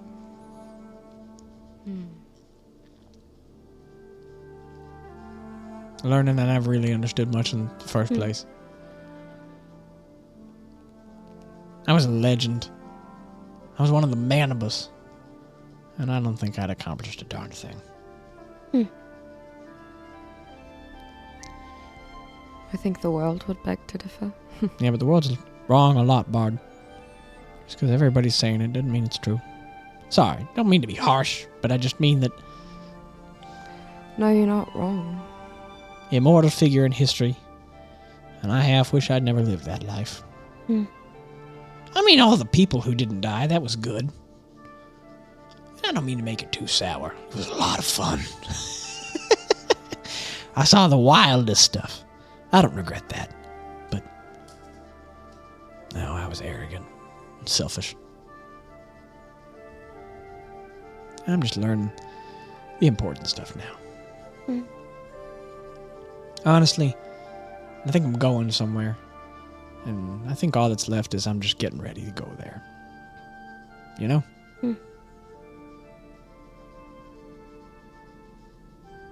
Yeah. Plus, Rondrum needs at least a roommate. Yeah. Rent's crazy these days. Gets a big smile on his face and looks at you.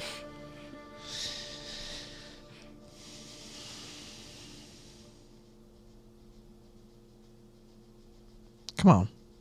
And he gets up and starts walking out of the room. I look longingly at the chest. And then I follow him. Okay. I take one last look at the teleportation circle to get it Oh, it's into my locked. brain. And you can copy it down into your book later. Also, Jackie, feel free to add this to your list. Weren't there 2 things on the floor? Wait, what there do were you 2 things. You were making a list for a while of the teleportation circles, you knew, right?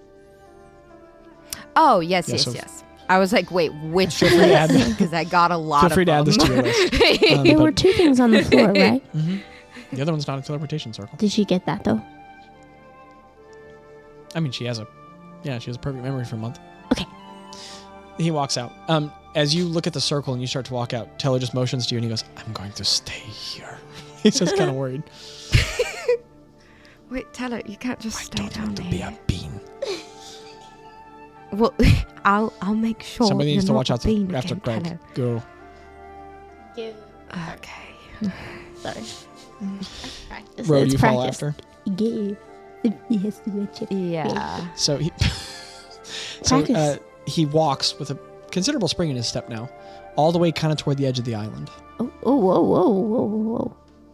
Oh, we're going. We're going. you guys join him? Yeah. All I right. follow him. Yeah. He like snaps and that little brown bag appears again and he opens the top and he pulls out 6 little blue rocks, then he puts 3 of them back in the bag, and as he holds them up, they are perfectly smooth spheres. Whoa. Or spheroids, like round flattened but round spheroids of like deep blue glass that you can see they're like completely transparent, but when you look into them it looks like it never ends, but it holds in your hand. And he closes the bag, snaps, it disappears, and he hands each one of you one of these and he goes, "Put it in your pocket, I put it in my pocket. please." I forget to say that. Ro, do you take it as well? Okay, he puts it in his, and then he just steps off the side of the cliff and just falls a little bit. And then after a minute, you see him kind of wobbling a little bit. He's just Wait, walking how around in the far water. is this cliff? Like 7 Like foot. how? And then after a little bit, like as you guys kind of watch, he just under the water. He like falls over for a second, fully over, pushes himself back up, falls over again, kind of rights himself, gets used to it, and then he starts walking across the water. I follow him. Okay. Greta, you... And the water's solid, and it just kind of moves underneath you like a waterbed, and you start walking across it. Ro? Ro looks down at them, tries to, and I think she like closes her eyes. Okay. And then just kind of lightly steps off. You're down. And it's shaky and weird and wobbly, but the water is walkable. I'm going You to try start and like treading run to across catch up with him. Okay. You run, one of the waves trips you up, you fall over on it, but you get yourself back up, you run Is after. it wet? No. It's complete like the water moves like water. You push it apart when you hit it, but it's like the water molecules can't bind to you at all. They just they touch you and it feels like the cool smoothness of water, but it just falls completely away. Wow. And then you get back up and keep following. Ro, I assume you catch up. You're very short, so it takes a bit, but you catch up, and at some point you guys can hear the of the waves, but he's just walking across them. He's kind of walking out in the direction of a shorter path. And as you guys catch up, he goes, "I didn't have anything. I just got bored of being in there." What is this? Water walk.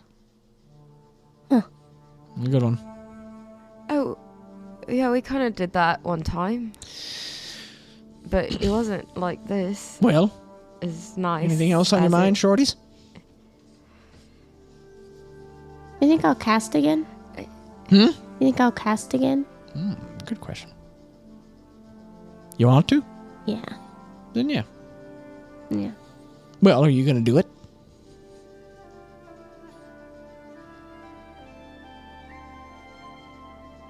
I don't know. Then I don't know. Yeah. But if you're gonna, then you will.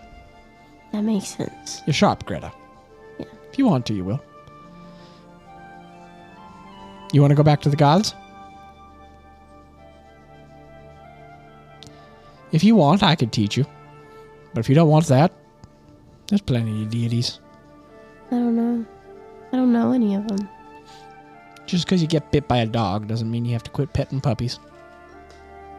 Yeah, but there's like the puppies live in the sky. Ro giggles. He kind of stops for a second, chews on his lip, and then he keeps walking. He goes, "Don't tell the gods I said that." Yeah, I guess they know. They don't like being compared to dogs. I'm sure a couple of them don't care, but some of them are stuffy. Keeps walking. And you guys are walking on the water, moving up and down. Where are we going? Just walking out? He's meandering, just strolling. Are we walking like around the island or just bebopping? He's just wandering. You guys, he's not leading either. He's just strolling. If one of you pulls ahead, he'd start following you. No, I just walk beside him. Same. I don't know. What about you, Bluey? What's on your mind? And then you remember that's your right, I'm bright. still You remember blue. your bright neon blue.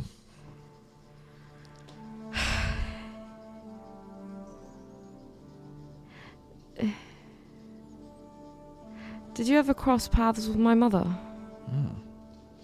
No. But I knew folks who did. Said she was nice.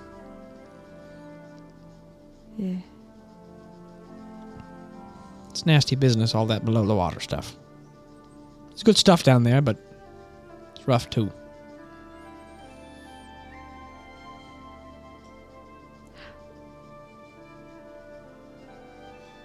What do you mean? She got wrapped up in that below the water business. At least that's what mutual friends said. You know it. You said him, Karkin, all that. And all the Brawlagekith stuff. It's complicated. It's bad. There's plenty of good under there, and he points at the water. Don't get me wrong. Best food I ever had in my life. But it gets dark at the bottom of the ocean, if you know what I mean. I'm not worried about the world, if that makes sense. People love. People break. People live. People die. Doesn't make it unmeaningful. All those waxing poetic popes, they think they're real smart. All the nihilists. They're not smart. They're just scared. They just don't have hope. At least that's what I think. Or what do I know? But it doesn't make it all meaningful. It just... I'm just worn out. That's it, you know? So, if the big lobster eats the world, or whatever it is he wants, I don't know. God crap. That'd be a bummer, but... If he... And he does his hands like this, and he goes, if he pinches my island, that's okay. I'm ready to go. But, for all of you living... He shakes himself back and forth kind of violently, and he goes, moving, people. You want to see this world keep moving. He kind of shakes himself a little bit. His beard goes everywhere. Everywhere. I'm going to leave that one. Everywhere he moves, his beard moves a moment after. And his hair, it's like a... That's a wizard. Yeah. That's a wizard. His hair is huge. It's just a big off of his head in every direction. And he goes, for all of you people moving and shaking, want to see Yalabrin keep moving and shaking. You got to be careful about that lobster. That's going to be a problem at some point, I think. Do you think that lobster is connected to Zorgrim? No. No? No. That's good. Does I have his staff? Do you think he's a worse problem than Zorgrim, though? No. Be careful with that name, too. I'm ready to die, so I'm fine if I say it. Okay. Plus, he ain't got nothing on me. Don't be scared of him, neither. But just be smart, you know? Treat it like a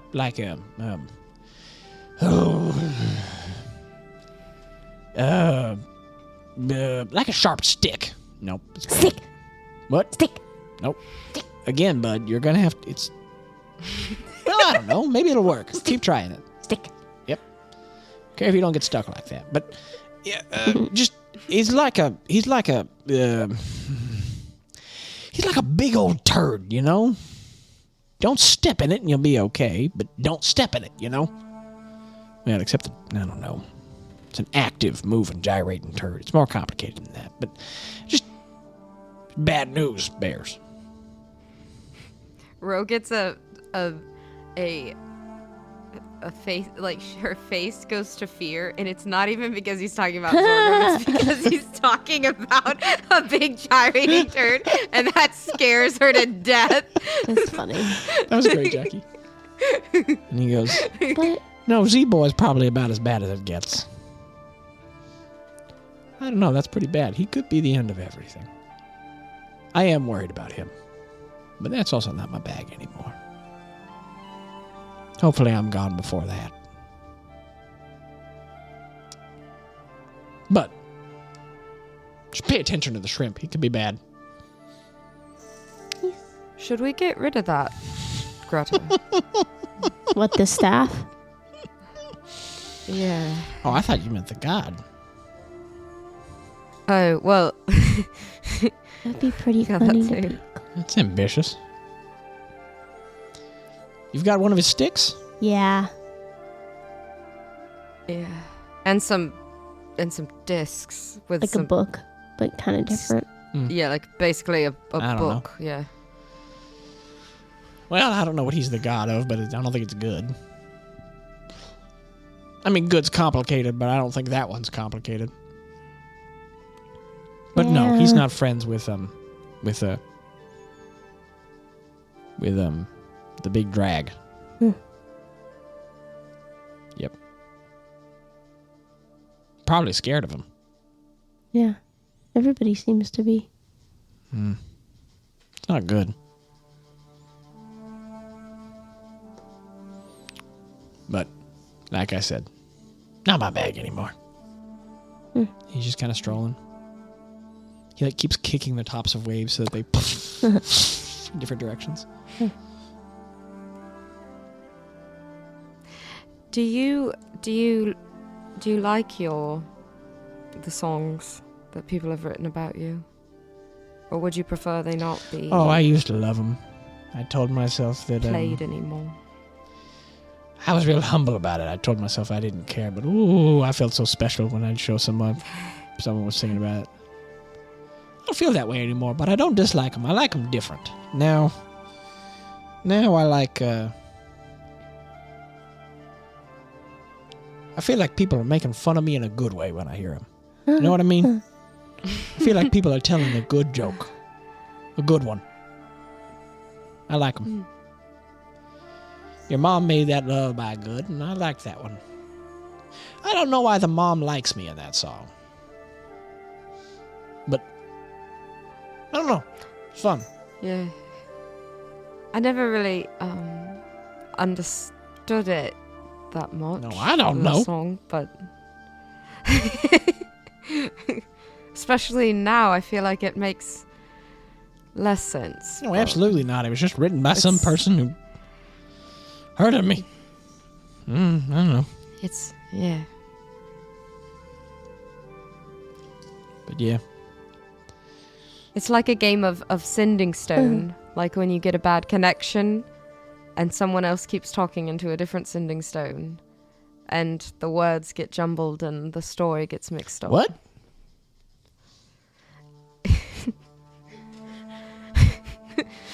Thanks for talking with me. This has been nice. I didn't think I missed this, but I guess I did. He's kind of walking back in the direction of the island, but not particularly at it. He's just meandering in that general direction.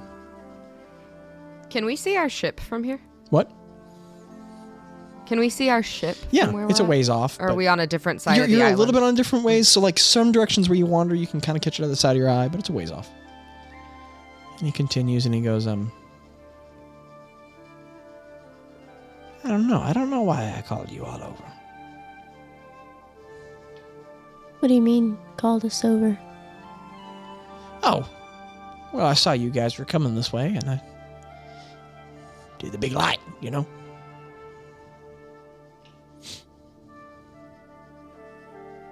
Maybe I just wanted to talk. Just needed some weirdos, you know? That's us. Mm-hmm. Yeah. If there's one thing we are, it's that. Yeah.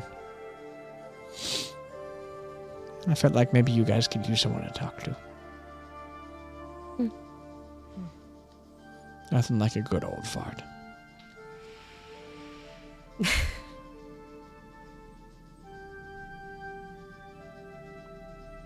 I don't know. You guys made me remember something. I'm not even sure what it is, you know? Made me think about.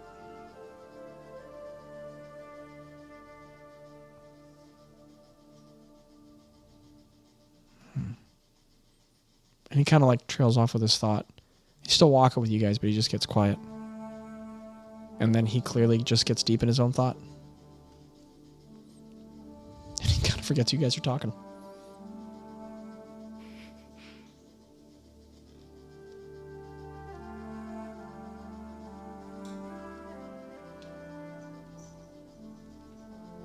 Kind of starts making his way back to the island. Slowly but surely. I'm going to try and like lean down and drag my hand in the water. Okay. You lay down or you just like lean down? Lean down. Okay. The water is pushed apart. It's just like putting your hand into water, but it won't stick to you. And you find that at the surface it's like water, but as you push your hand lower, it starts to have some like weird resistance. And it's like you're more buoyant than you've ever been. And it's like you kind of can't force it past a couple of inches. But otherwise the water's just separating around your fingers the way it usually would.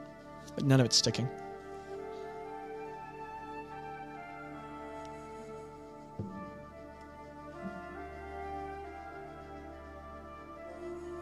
Ro is just quiet on the way back. Did you ever talk to Bishaba? Oh, no. No? You know much about her? No, I really don't. I don't know a whole lot either. But best as I can tell... Do you want one of her books? No. Okay. I don't need it anymore. No, I'm done making bad ideas. I mean, I'm down for stupid ones, but I think I'm done with bad ones, you know? I made plenty in my youth, and they were fun, truth be told. But I've got enough scars. I'm good now. Yeah. And but no, I think she's the goddess of ill fortune and calamity. I think. So I don't want to talk to her. Huh. Again, maybe when I was younger, but I've had a lot of calamity. Yeah. I don't much like clams either, so I'm just done with it. Yeah.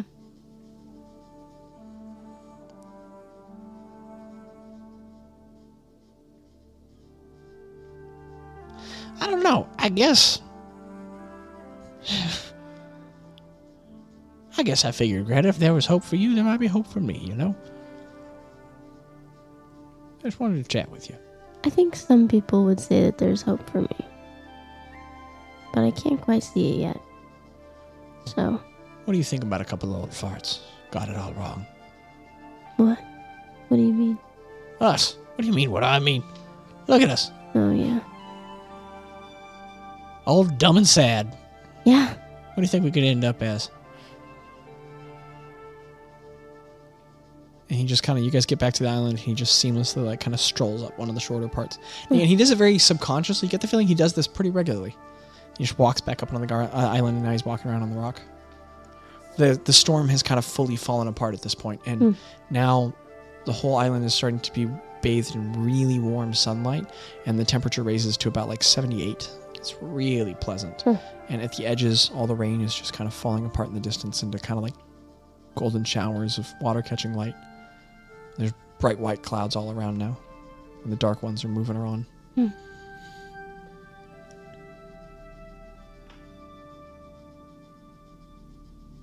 he just sits down on some of the rock, looks out at the ocean. I'm going to lay down and look up at the clouds. Okay. Ro? Ro sits down beside Greta. What do you think, Ro? You tell stories. What do I think about y'all? No, that's egotistic. What do you think about yours? About my story? Well, maybe all of it.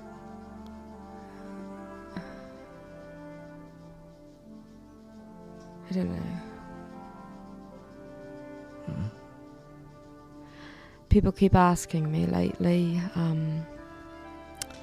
who I am And I'm sorry, I don't mean to press you that hard.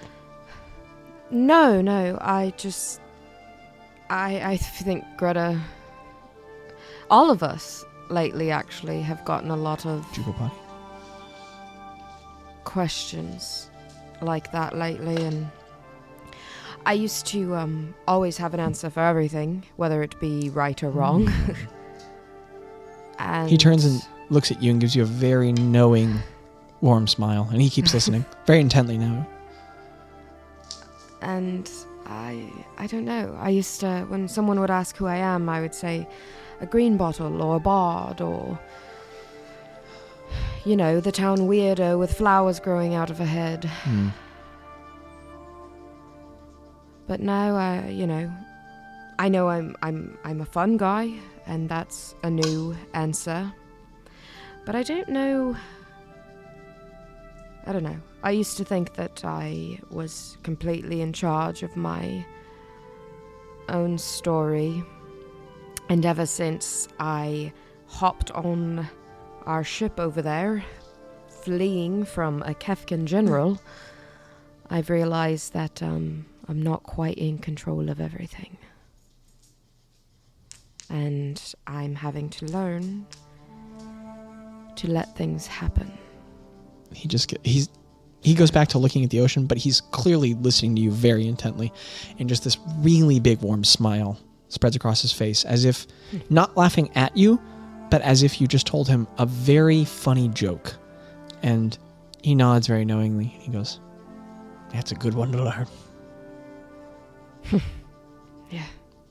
You know, Ro, So, I wouldn't worry about those Kefkins too much. I think they're a fad. They're not going to last. And I'm not trying to make small of all the...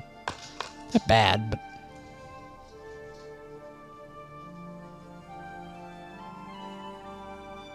You know what empires never outlast?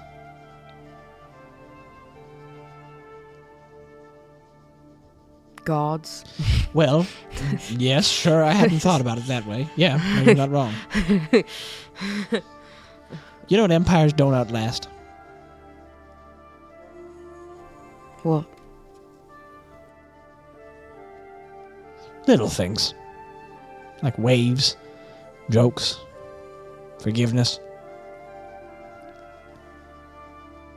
I have heard sailors tell the same dumb joke for longer than the Kefkins have been around. And I heard that joke back before the Empire before them. Don't worry, they'll wash out. Maybe somebody's got to push them, but they'll go. Empires don't last.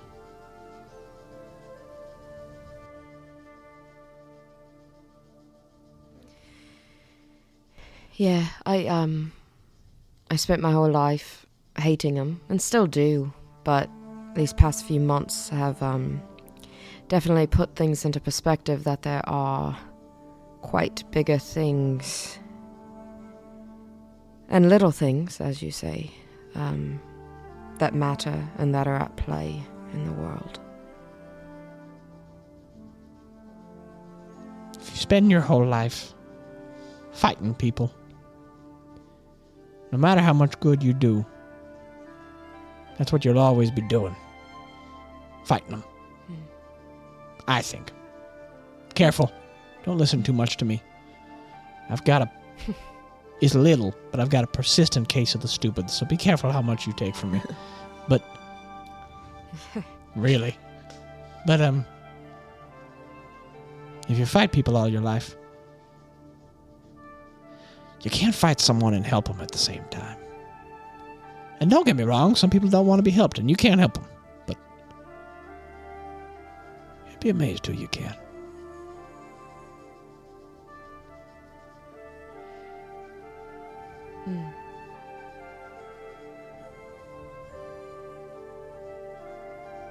It's a warm smile on his face, and he goes, I bet you're doing more than you think, Ro. Mm-hmm. Gretta nods. She nods.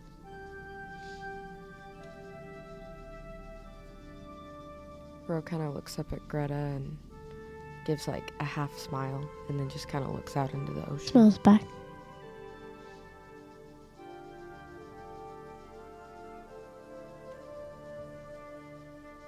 He points over at Ro, mutters something, snaps really quickly, and Ro just gets about, she just goes, and she just gets about like 7 feet tall. In every dimension, she gets completely larger as he casts Enlarge Reduce on you. And he just kept sitting there quiet. Am I still blue? Oh, exactly the same. Actually, I think the blue starts wearing off, actually. So you start fading back to your color a little bit before, and then you just go, and everything grows with you. Whoa. And you become the large size class. And he just, but he doesn't make anything of it. He just keeps quietly sitting there watching the ocean.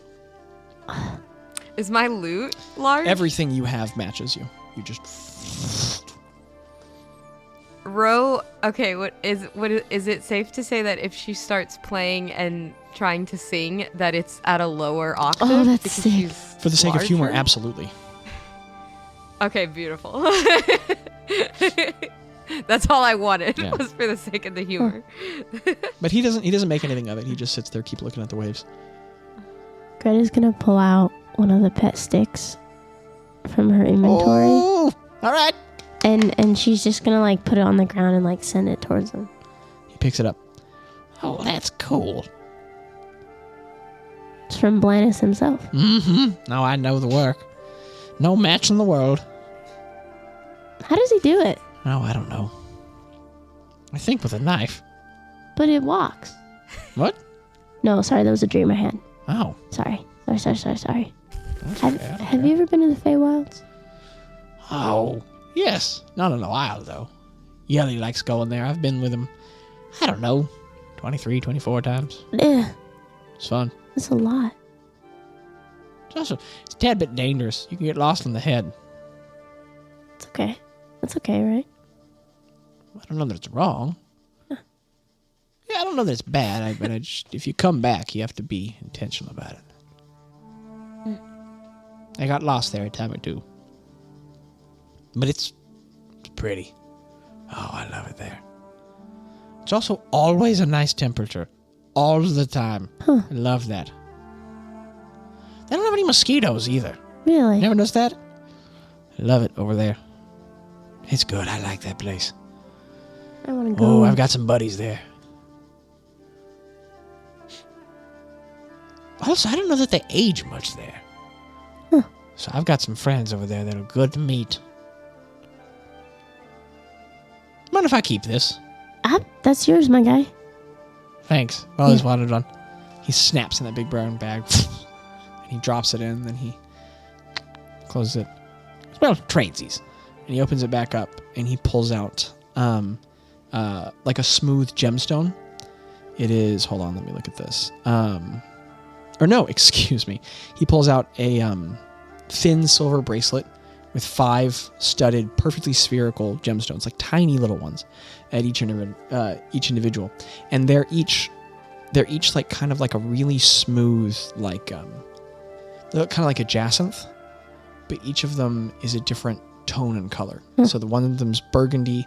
They can't all, like, one of them's like a burgundy jacinth, and then another one's like a really dark jade, and then another one's like but they're all like, none of them are like clear, reflective like gems. They're all like they're all opaque and smooth and reflective, and they're all different kinds. There's a red one, a green one, a blue one, a yellow one, and like a black one that's maybe like a smooth obsidian. They're beautiful. And the silver bracelet has like kind of like very simple but very fine, like kind of like spiraling design. It's very thin. He holds it out in his hand and he goes, this is a bracelet of remembrance. These are called Neuroma stones. I don't know what that means. I just named it. And he hands it over to you. I take it. And he actually just kind of slides it on your wrist. Oh, cool. And it changes size to fit your wrist. Awesome. And he says, The bracelet is silver. That's it. But the stones are magical. If you touch one, pinch it. They'll play a memory. But whatever memory you put in it, if you attune to the bracelet, you can fill the stones. But if you don't, they stay filled with whatever memory someone put in there last. All 5 of them are filled, but if you want, you can put a different one in. Wait, so I attune to the stone. You attune to the bracelet. Oh. If you want to change any or all of the stones. But the rocks don't work no matter what. Whose memories are in it now? A couple of them are mine. A couple of them aren't. Give them a squeeze. What are the colors? There's a red, like a jacinth. Then there's an emerald, and I have notes on the stone colors, but there's a red, a blue, a yellow, red, green, blue, yellow, black. I'm going to squeeze the green one. Okay.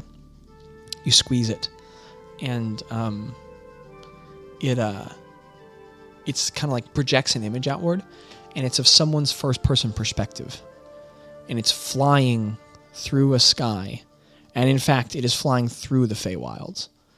And do I know? There's just, well, you don't, but you're looking at like a mangrove rainforest that's just about 37 different colors. You put it together real fast.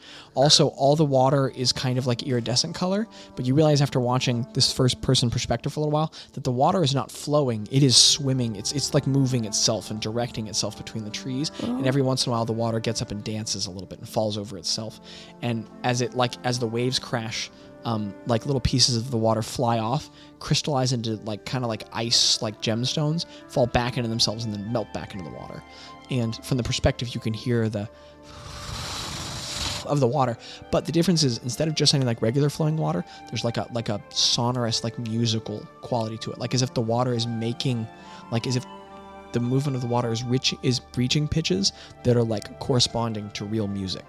And you can, and as the wind moves through the trees and the memory, it sounds a little bit like very, very, very, very, very soft, airy singing. And the memory just kind of goes for a little bit and then loops, and then goes for a little bit and loops. And as long as you squeeze the stone, you keep hearing it. Huh.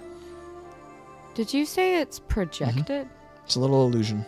Like I can? Yeah, everyone can see it. So everyone it's can just see like it? a little. Oh, wow. It's like a little 3D projected memory. He goes, That one's mine. I like the Feywild. Yeah. I let it play like 5 or 6 times. Mm-hmm. And then I let go and I pinch the red one. Okay. It's another first-person perspective. Big hands are clad in like full plate armor, and it's like a gleaming like silvery color metal. And they are squeezing this gorgeous sword that you don't really recognize, but it's beautiful, ornate, powerful, magical-looking sword. And they're surrounding them is this broken, red, rocky landscape. And in the memory, the hands like grab the hilt of the sword, squeeze it, press the blade to like the blade leaves focus on the memory, so you get the feeling it touches the forehead. Yeah. Then the memory goes dark, and you hear muttering, and it's like a prayer. And then like the memory kind of reappears, like, and it's in the shape of like eyes kind of opening back up and re-seeing the landscape. And then like in front of the memory, there's this big volcano and some lava like down the side, and this huge dragon, like immense, starts to crawl out of the top. And like in this first person perspective, it's like a video game perspective kind of, from the way the memories, because clearly all these neuroma stones capture memories from the visual perspective of the person. And so then the hands just bring the sword down and they point it in the direction of the dragon. And like 2 other figures kind of appear at the periphery of this person. And like one of them appears vaguely to be a caster, and then another warrior, and just kind of holds a blade towards the dragon. And the dragon lifts up the rings and like opens its mouth to roar. What color is the dragon? What color is the dragon? Dark red and black. Yeah. Could you give me, it is bigger and more fierce than anything you've ever imagined. Could you give me rumors? Let's call this a rumors check, because this is kind of like myths and legendsy. Can I also? Sure. Yeah, you're proficient. Yeah. Oh man. Did you go potty? 24. 24. What'd you get, Ro?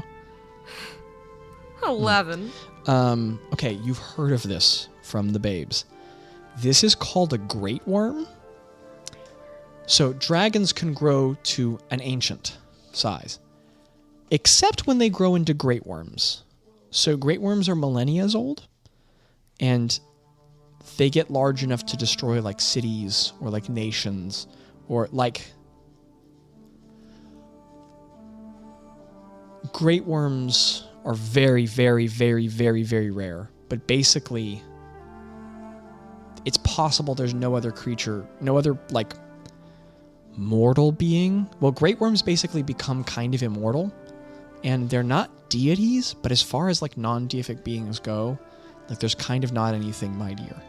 And they're dragons who become almost elemental forces. They grow so powerful and so ancient, so old. And they're like, their very existence, like they start to leave the physical behind and they start to become more magical than they are material. And they just become like forces of their fundamental characteristics. And they're almost unmatched or unparalleled in existence and power. They become like draconic demigods. Isn't that what they basically said that Zorgrim was becoming? No.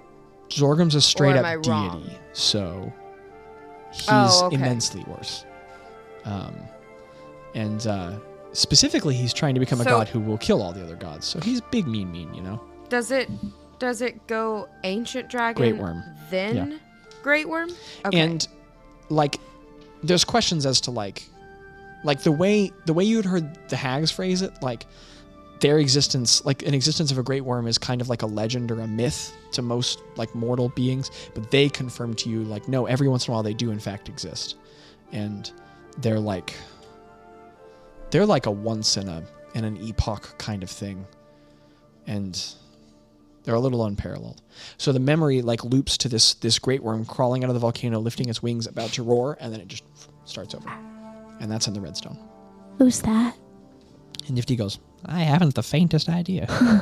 How old are these stones? I don't know. Is this... I mean, I could learn, but where's the fun in that? Is this from Jaskina? Yes.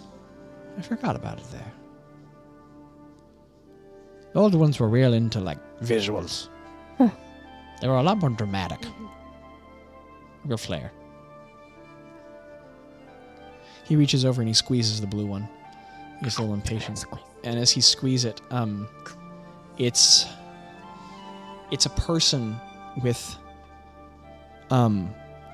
they have like a plate in front of them, but it's not a plate. It's like a large splinter of wood, and on it is kind of like a 4-pound block of cheese. And there is half of a grape next to them, but the grape's about the size of a watermelon. And they have a knife and they're carving off pieces. And in the memory vision, you can hear them laughing and shouting in a language you don't understand. Ro, you immediately recognize giant. But it's like the person laughing and shouting is like the objects in front of them are massive to them, and they are holding like a short sword, cutting off pieces and laughing. And as you hear them laughing, like they're sitting kind of like at the edge of a table, but the table's like immensely larger. They laugh and they smile, and then they turn their perspective, and next to them is about a 30-foot tall creature with like pale blue white skin, long golden hair, and they're just looking at this giant in like pale white robes with golden trim, and the giant's voice just thunders in the memory, just and like the giant is laughing and smiling next to them, brings up a hand and like slams it down on the table laughing, and the whole vision like shakes, and the person falls over, grabs the cheese, puts it back on the table, and then the two figures in the vision just laugh, and then the vision restarts. And Wow. what you hear them say, you just hear the tail end of a joke that doesn't make any sense because you only have the punchline, and then it's just really loud laughter. And that vision plays a couple times. He goes, I like that one. That one's good. Wait, could we tell that the person's memory was Nifty's? No, that one, I mean, he didn't say. But he just says, I like that one. But like their hand, Oh, the yeah, hands Super and doesn't the- look like Nifty. In fact, the hands looked really Okay. big. Like maybe it was a, oh my goodness, a Goliath. Oh, wow. And they were tiny next to the giant next to them, but infinitely bigger than, there were these big, muscular, pale hands. Definitely not Nifty's.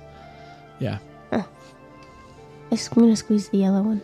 Okay, you squeeze the yellow one, and it is, in the memory, there is someone standing on the edge of a beach, and this dark blue water is just washing back and forth across their shins, and there's like kind of dark brown sands all around, and you can't see anything behind them, but they're just looking out at a sunrise. And the figure in the memory has like pale blue arms, and they're clothed in this like very simple black kind of like dress tabard thing, and it's a woman.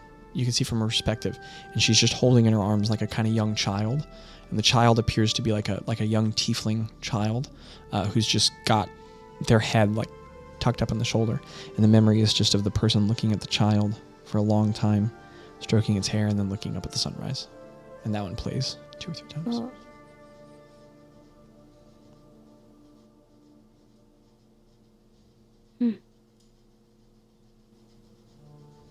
I can't add anything.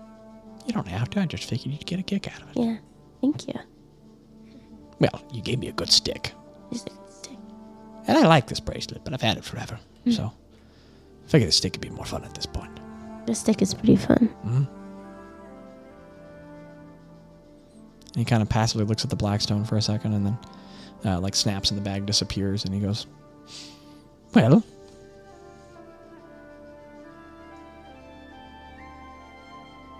y'all want anything else?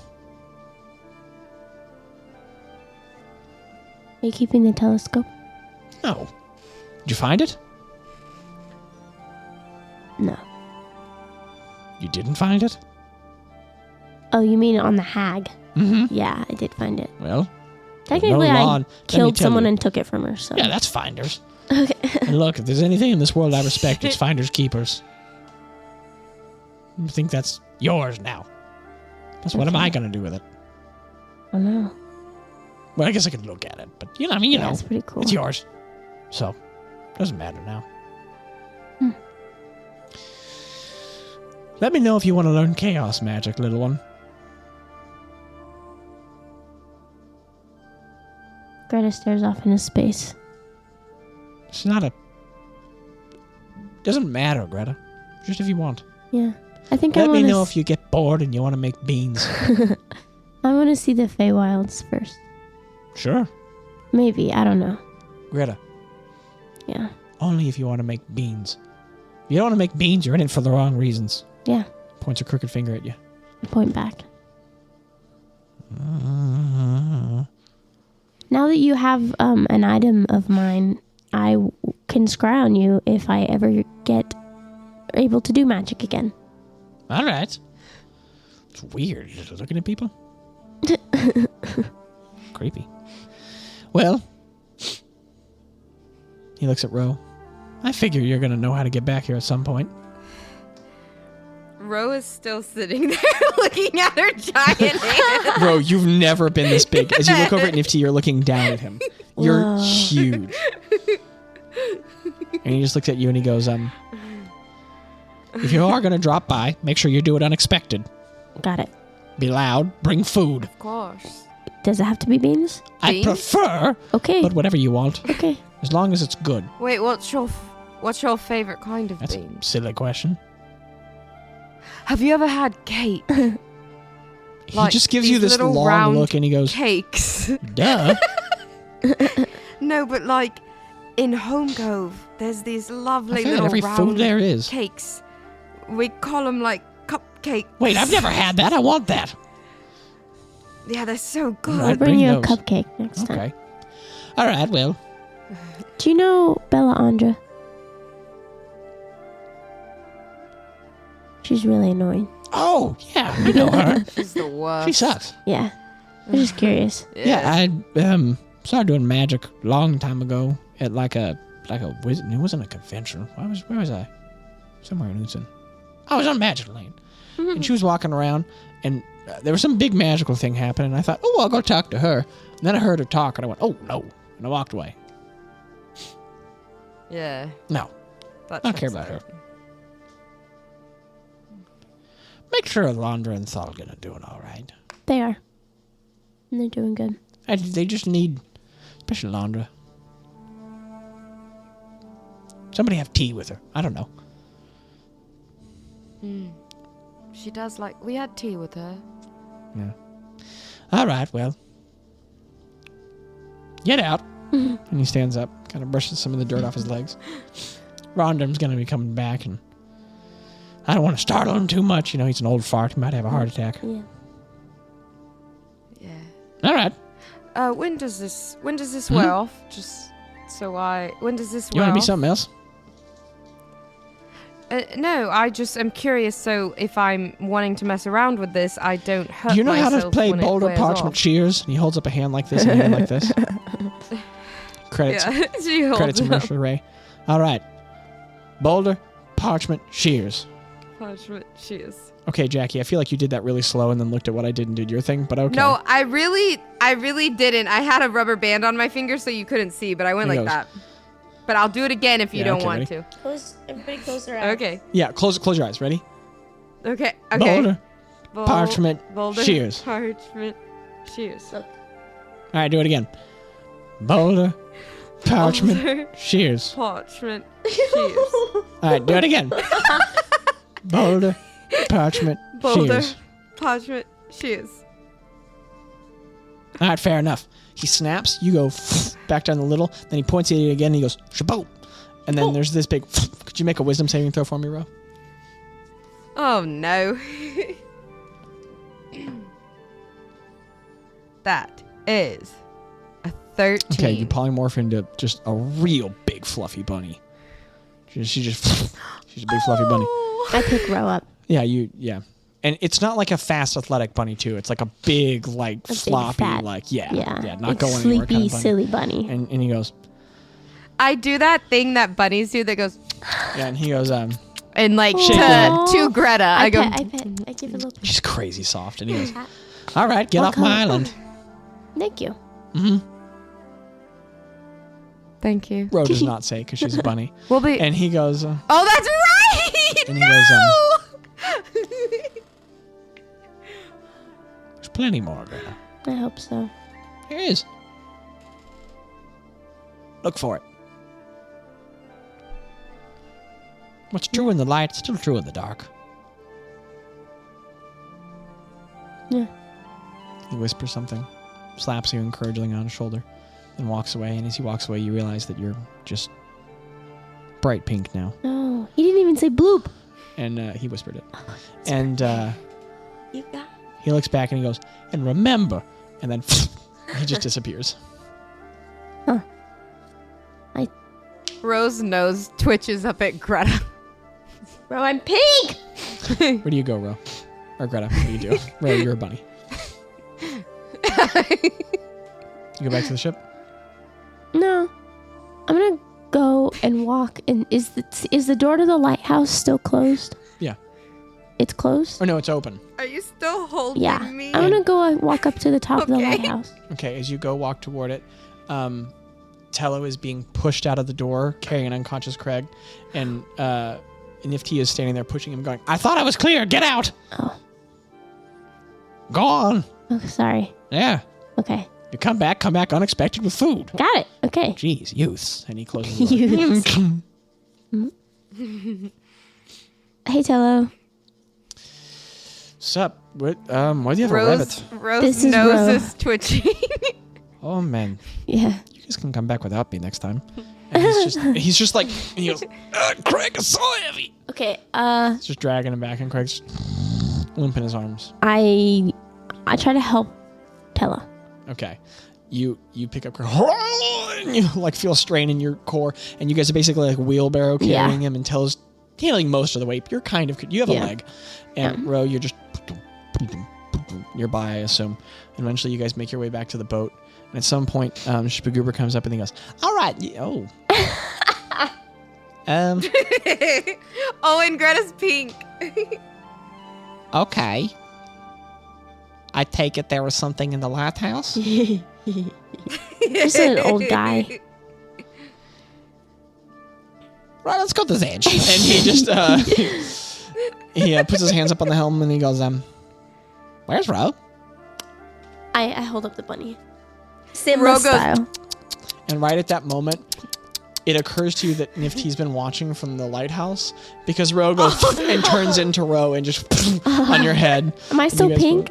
Yeah, but she bunks in your head and you guys both fall down and Spagoober goes, okay. And he whispers something, and the poor bet just starts to through the ocean. And then the fun guys sail away.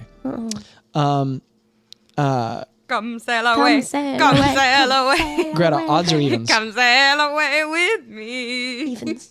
Okay. Wild. Okay. What's your passive perception? 15. Okay. All right. Do you want something insane to happen? Yes. Yeah? Is that a question? Yes. Okay. One last moment in the session. Sorry. Wait, do I We're about see? to be done. Give me a second. Listeners, he What? just took off his headset and stood up and got away from the table, and he I'm scared. got a thing. Don't turn this over thing? yet. Don't What's turn the this over thing? yet. Wait, what is it? Okay. What Hold is on. it? Hold on. So you guys start sailing away. And Spagoobers, he kind of asks you at some point, so like, why are you pink? You know that song that Rose sings? The one about the... What about Dolgoth? No. The one about Nifty. Oh, yeah? We ran into him on the boat. No, I'm serious. What? Greta. Yeah. And then, Greta. Oh, dang. Greta. yeah? Okay. And then you guys proceed to explain everything. Ro just looks at Greta. No, can I say that I realized It's it? like, okay. And then I was like, I'm joking. I mean, you were pink and she was a bunny, so maybe not? I mean, I can turn into a bunny anytime I want to. Did you guys meet the Chaos Mage? No. If we It's a did, secret. Okay. if we Tell me about it later. Spagoober, if we did, we didn't.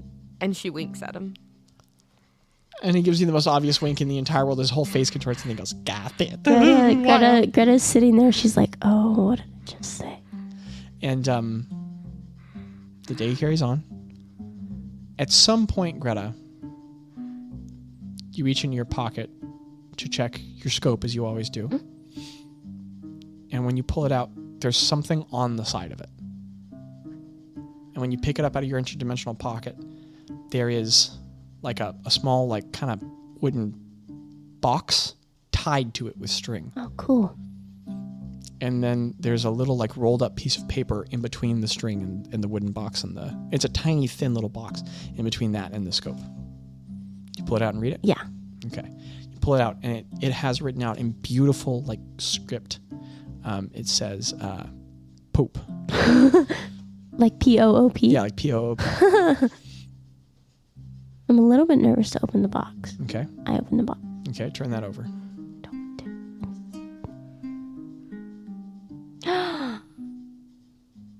Wait, what is that? And you pull out this little wooden box and it says on the front, there's like a moth carved into it. It says on the front, the deck of many things. Whoa. And okay, but hold on, Greta. Okay. Put those back in the box. Okay, put them back in And the do box. not look at them. Do not. I can't look at them ever? No. And as you turn the note over, on the other side, in very scrawled handwriting, it says, Wait, so it says poop in really pretty handwriting? yeah, and then on the other rest of- side, it says, just kidding, comma, this is a deck of cards. There's good, there's bad. Pull one out, and it might change everything. Enjoy at your own risk. Comma, that crazy guy. And that is where we will end episode 78 of our show. Everyone gains. Hold on, let me scroll down and do the math. Everyone gains 0.1. Oh, Jackie left. Okay. Everybody gains. No, I didn't. Everybody gains 0.06 levels plus. Okay, everybody gains 0.1 levels. 0.1 levels? 0.1 levels. Oh. Oh, sorry. 0.1 levels. Listeners, thanks for listening. All the usual stuff. Thoughts? Abbreviated thoughts? Anyone? the chaotic mage. Okay. Well, listeners, thank you for listening to Barely D&D. Life's an incredible adventure. A weird one. You're an important part of it. There's plenty of cool stuff left. Here's to a better story. Here's to a better story. I like that. Aww. Everybody. Skibbity wop. Skibbity wop. Da-da.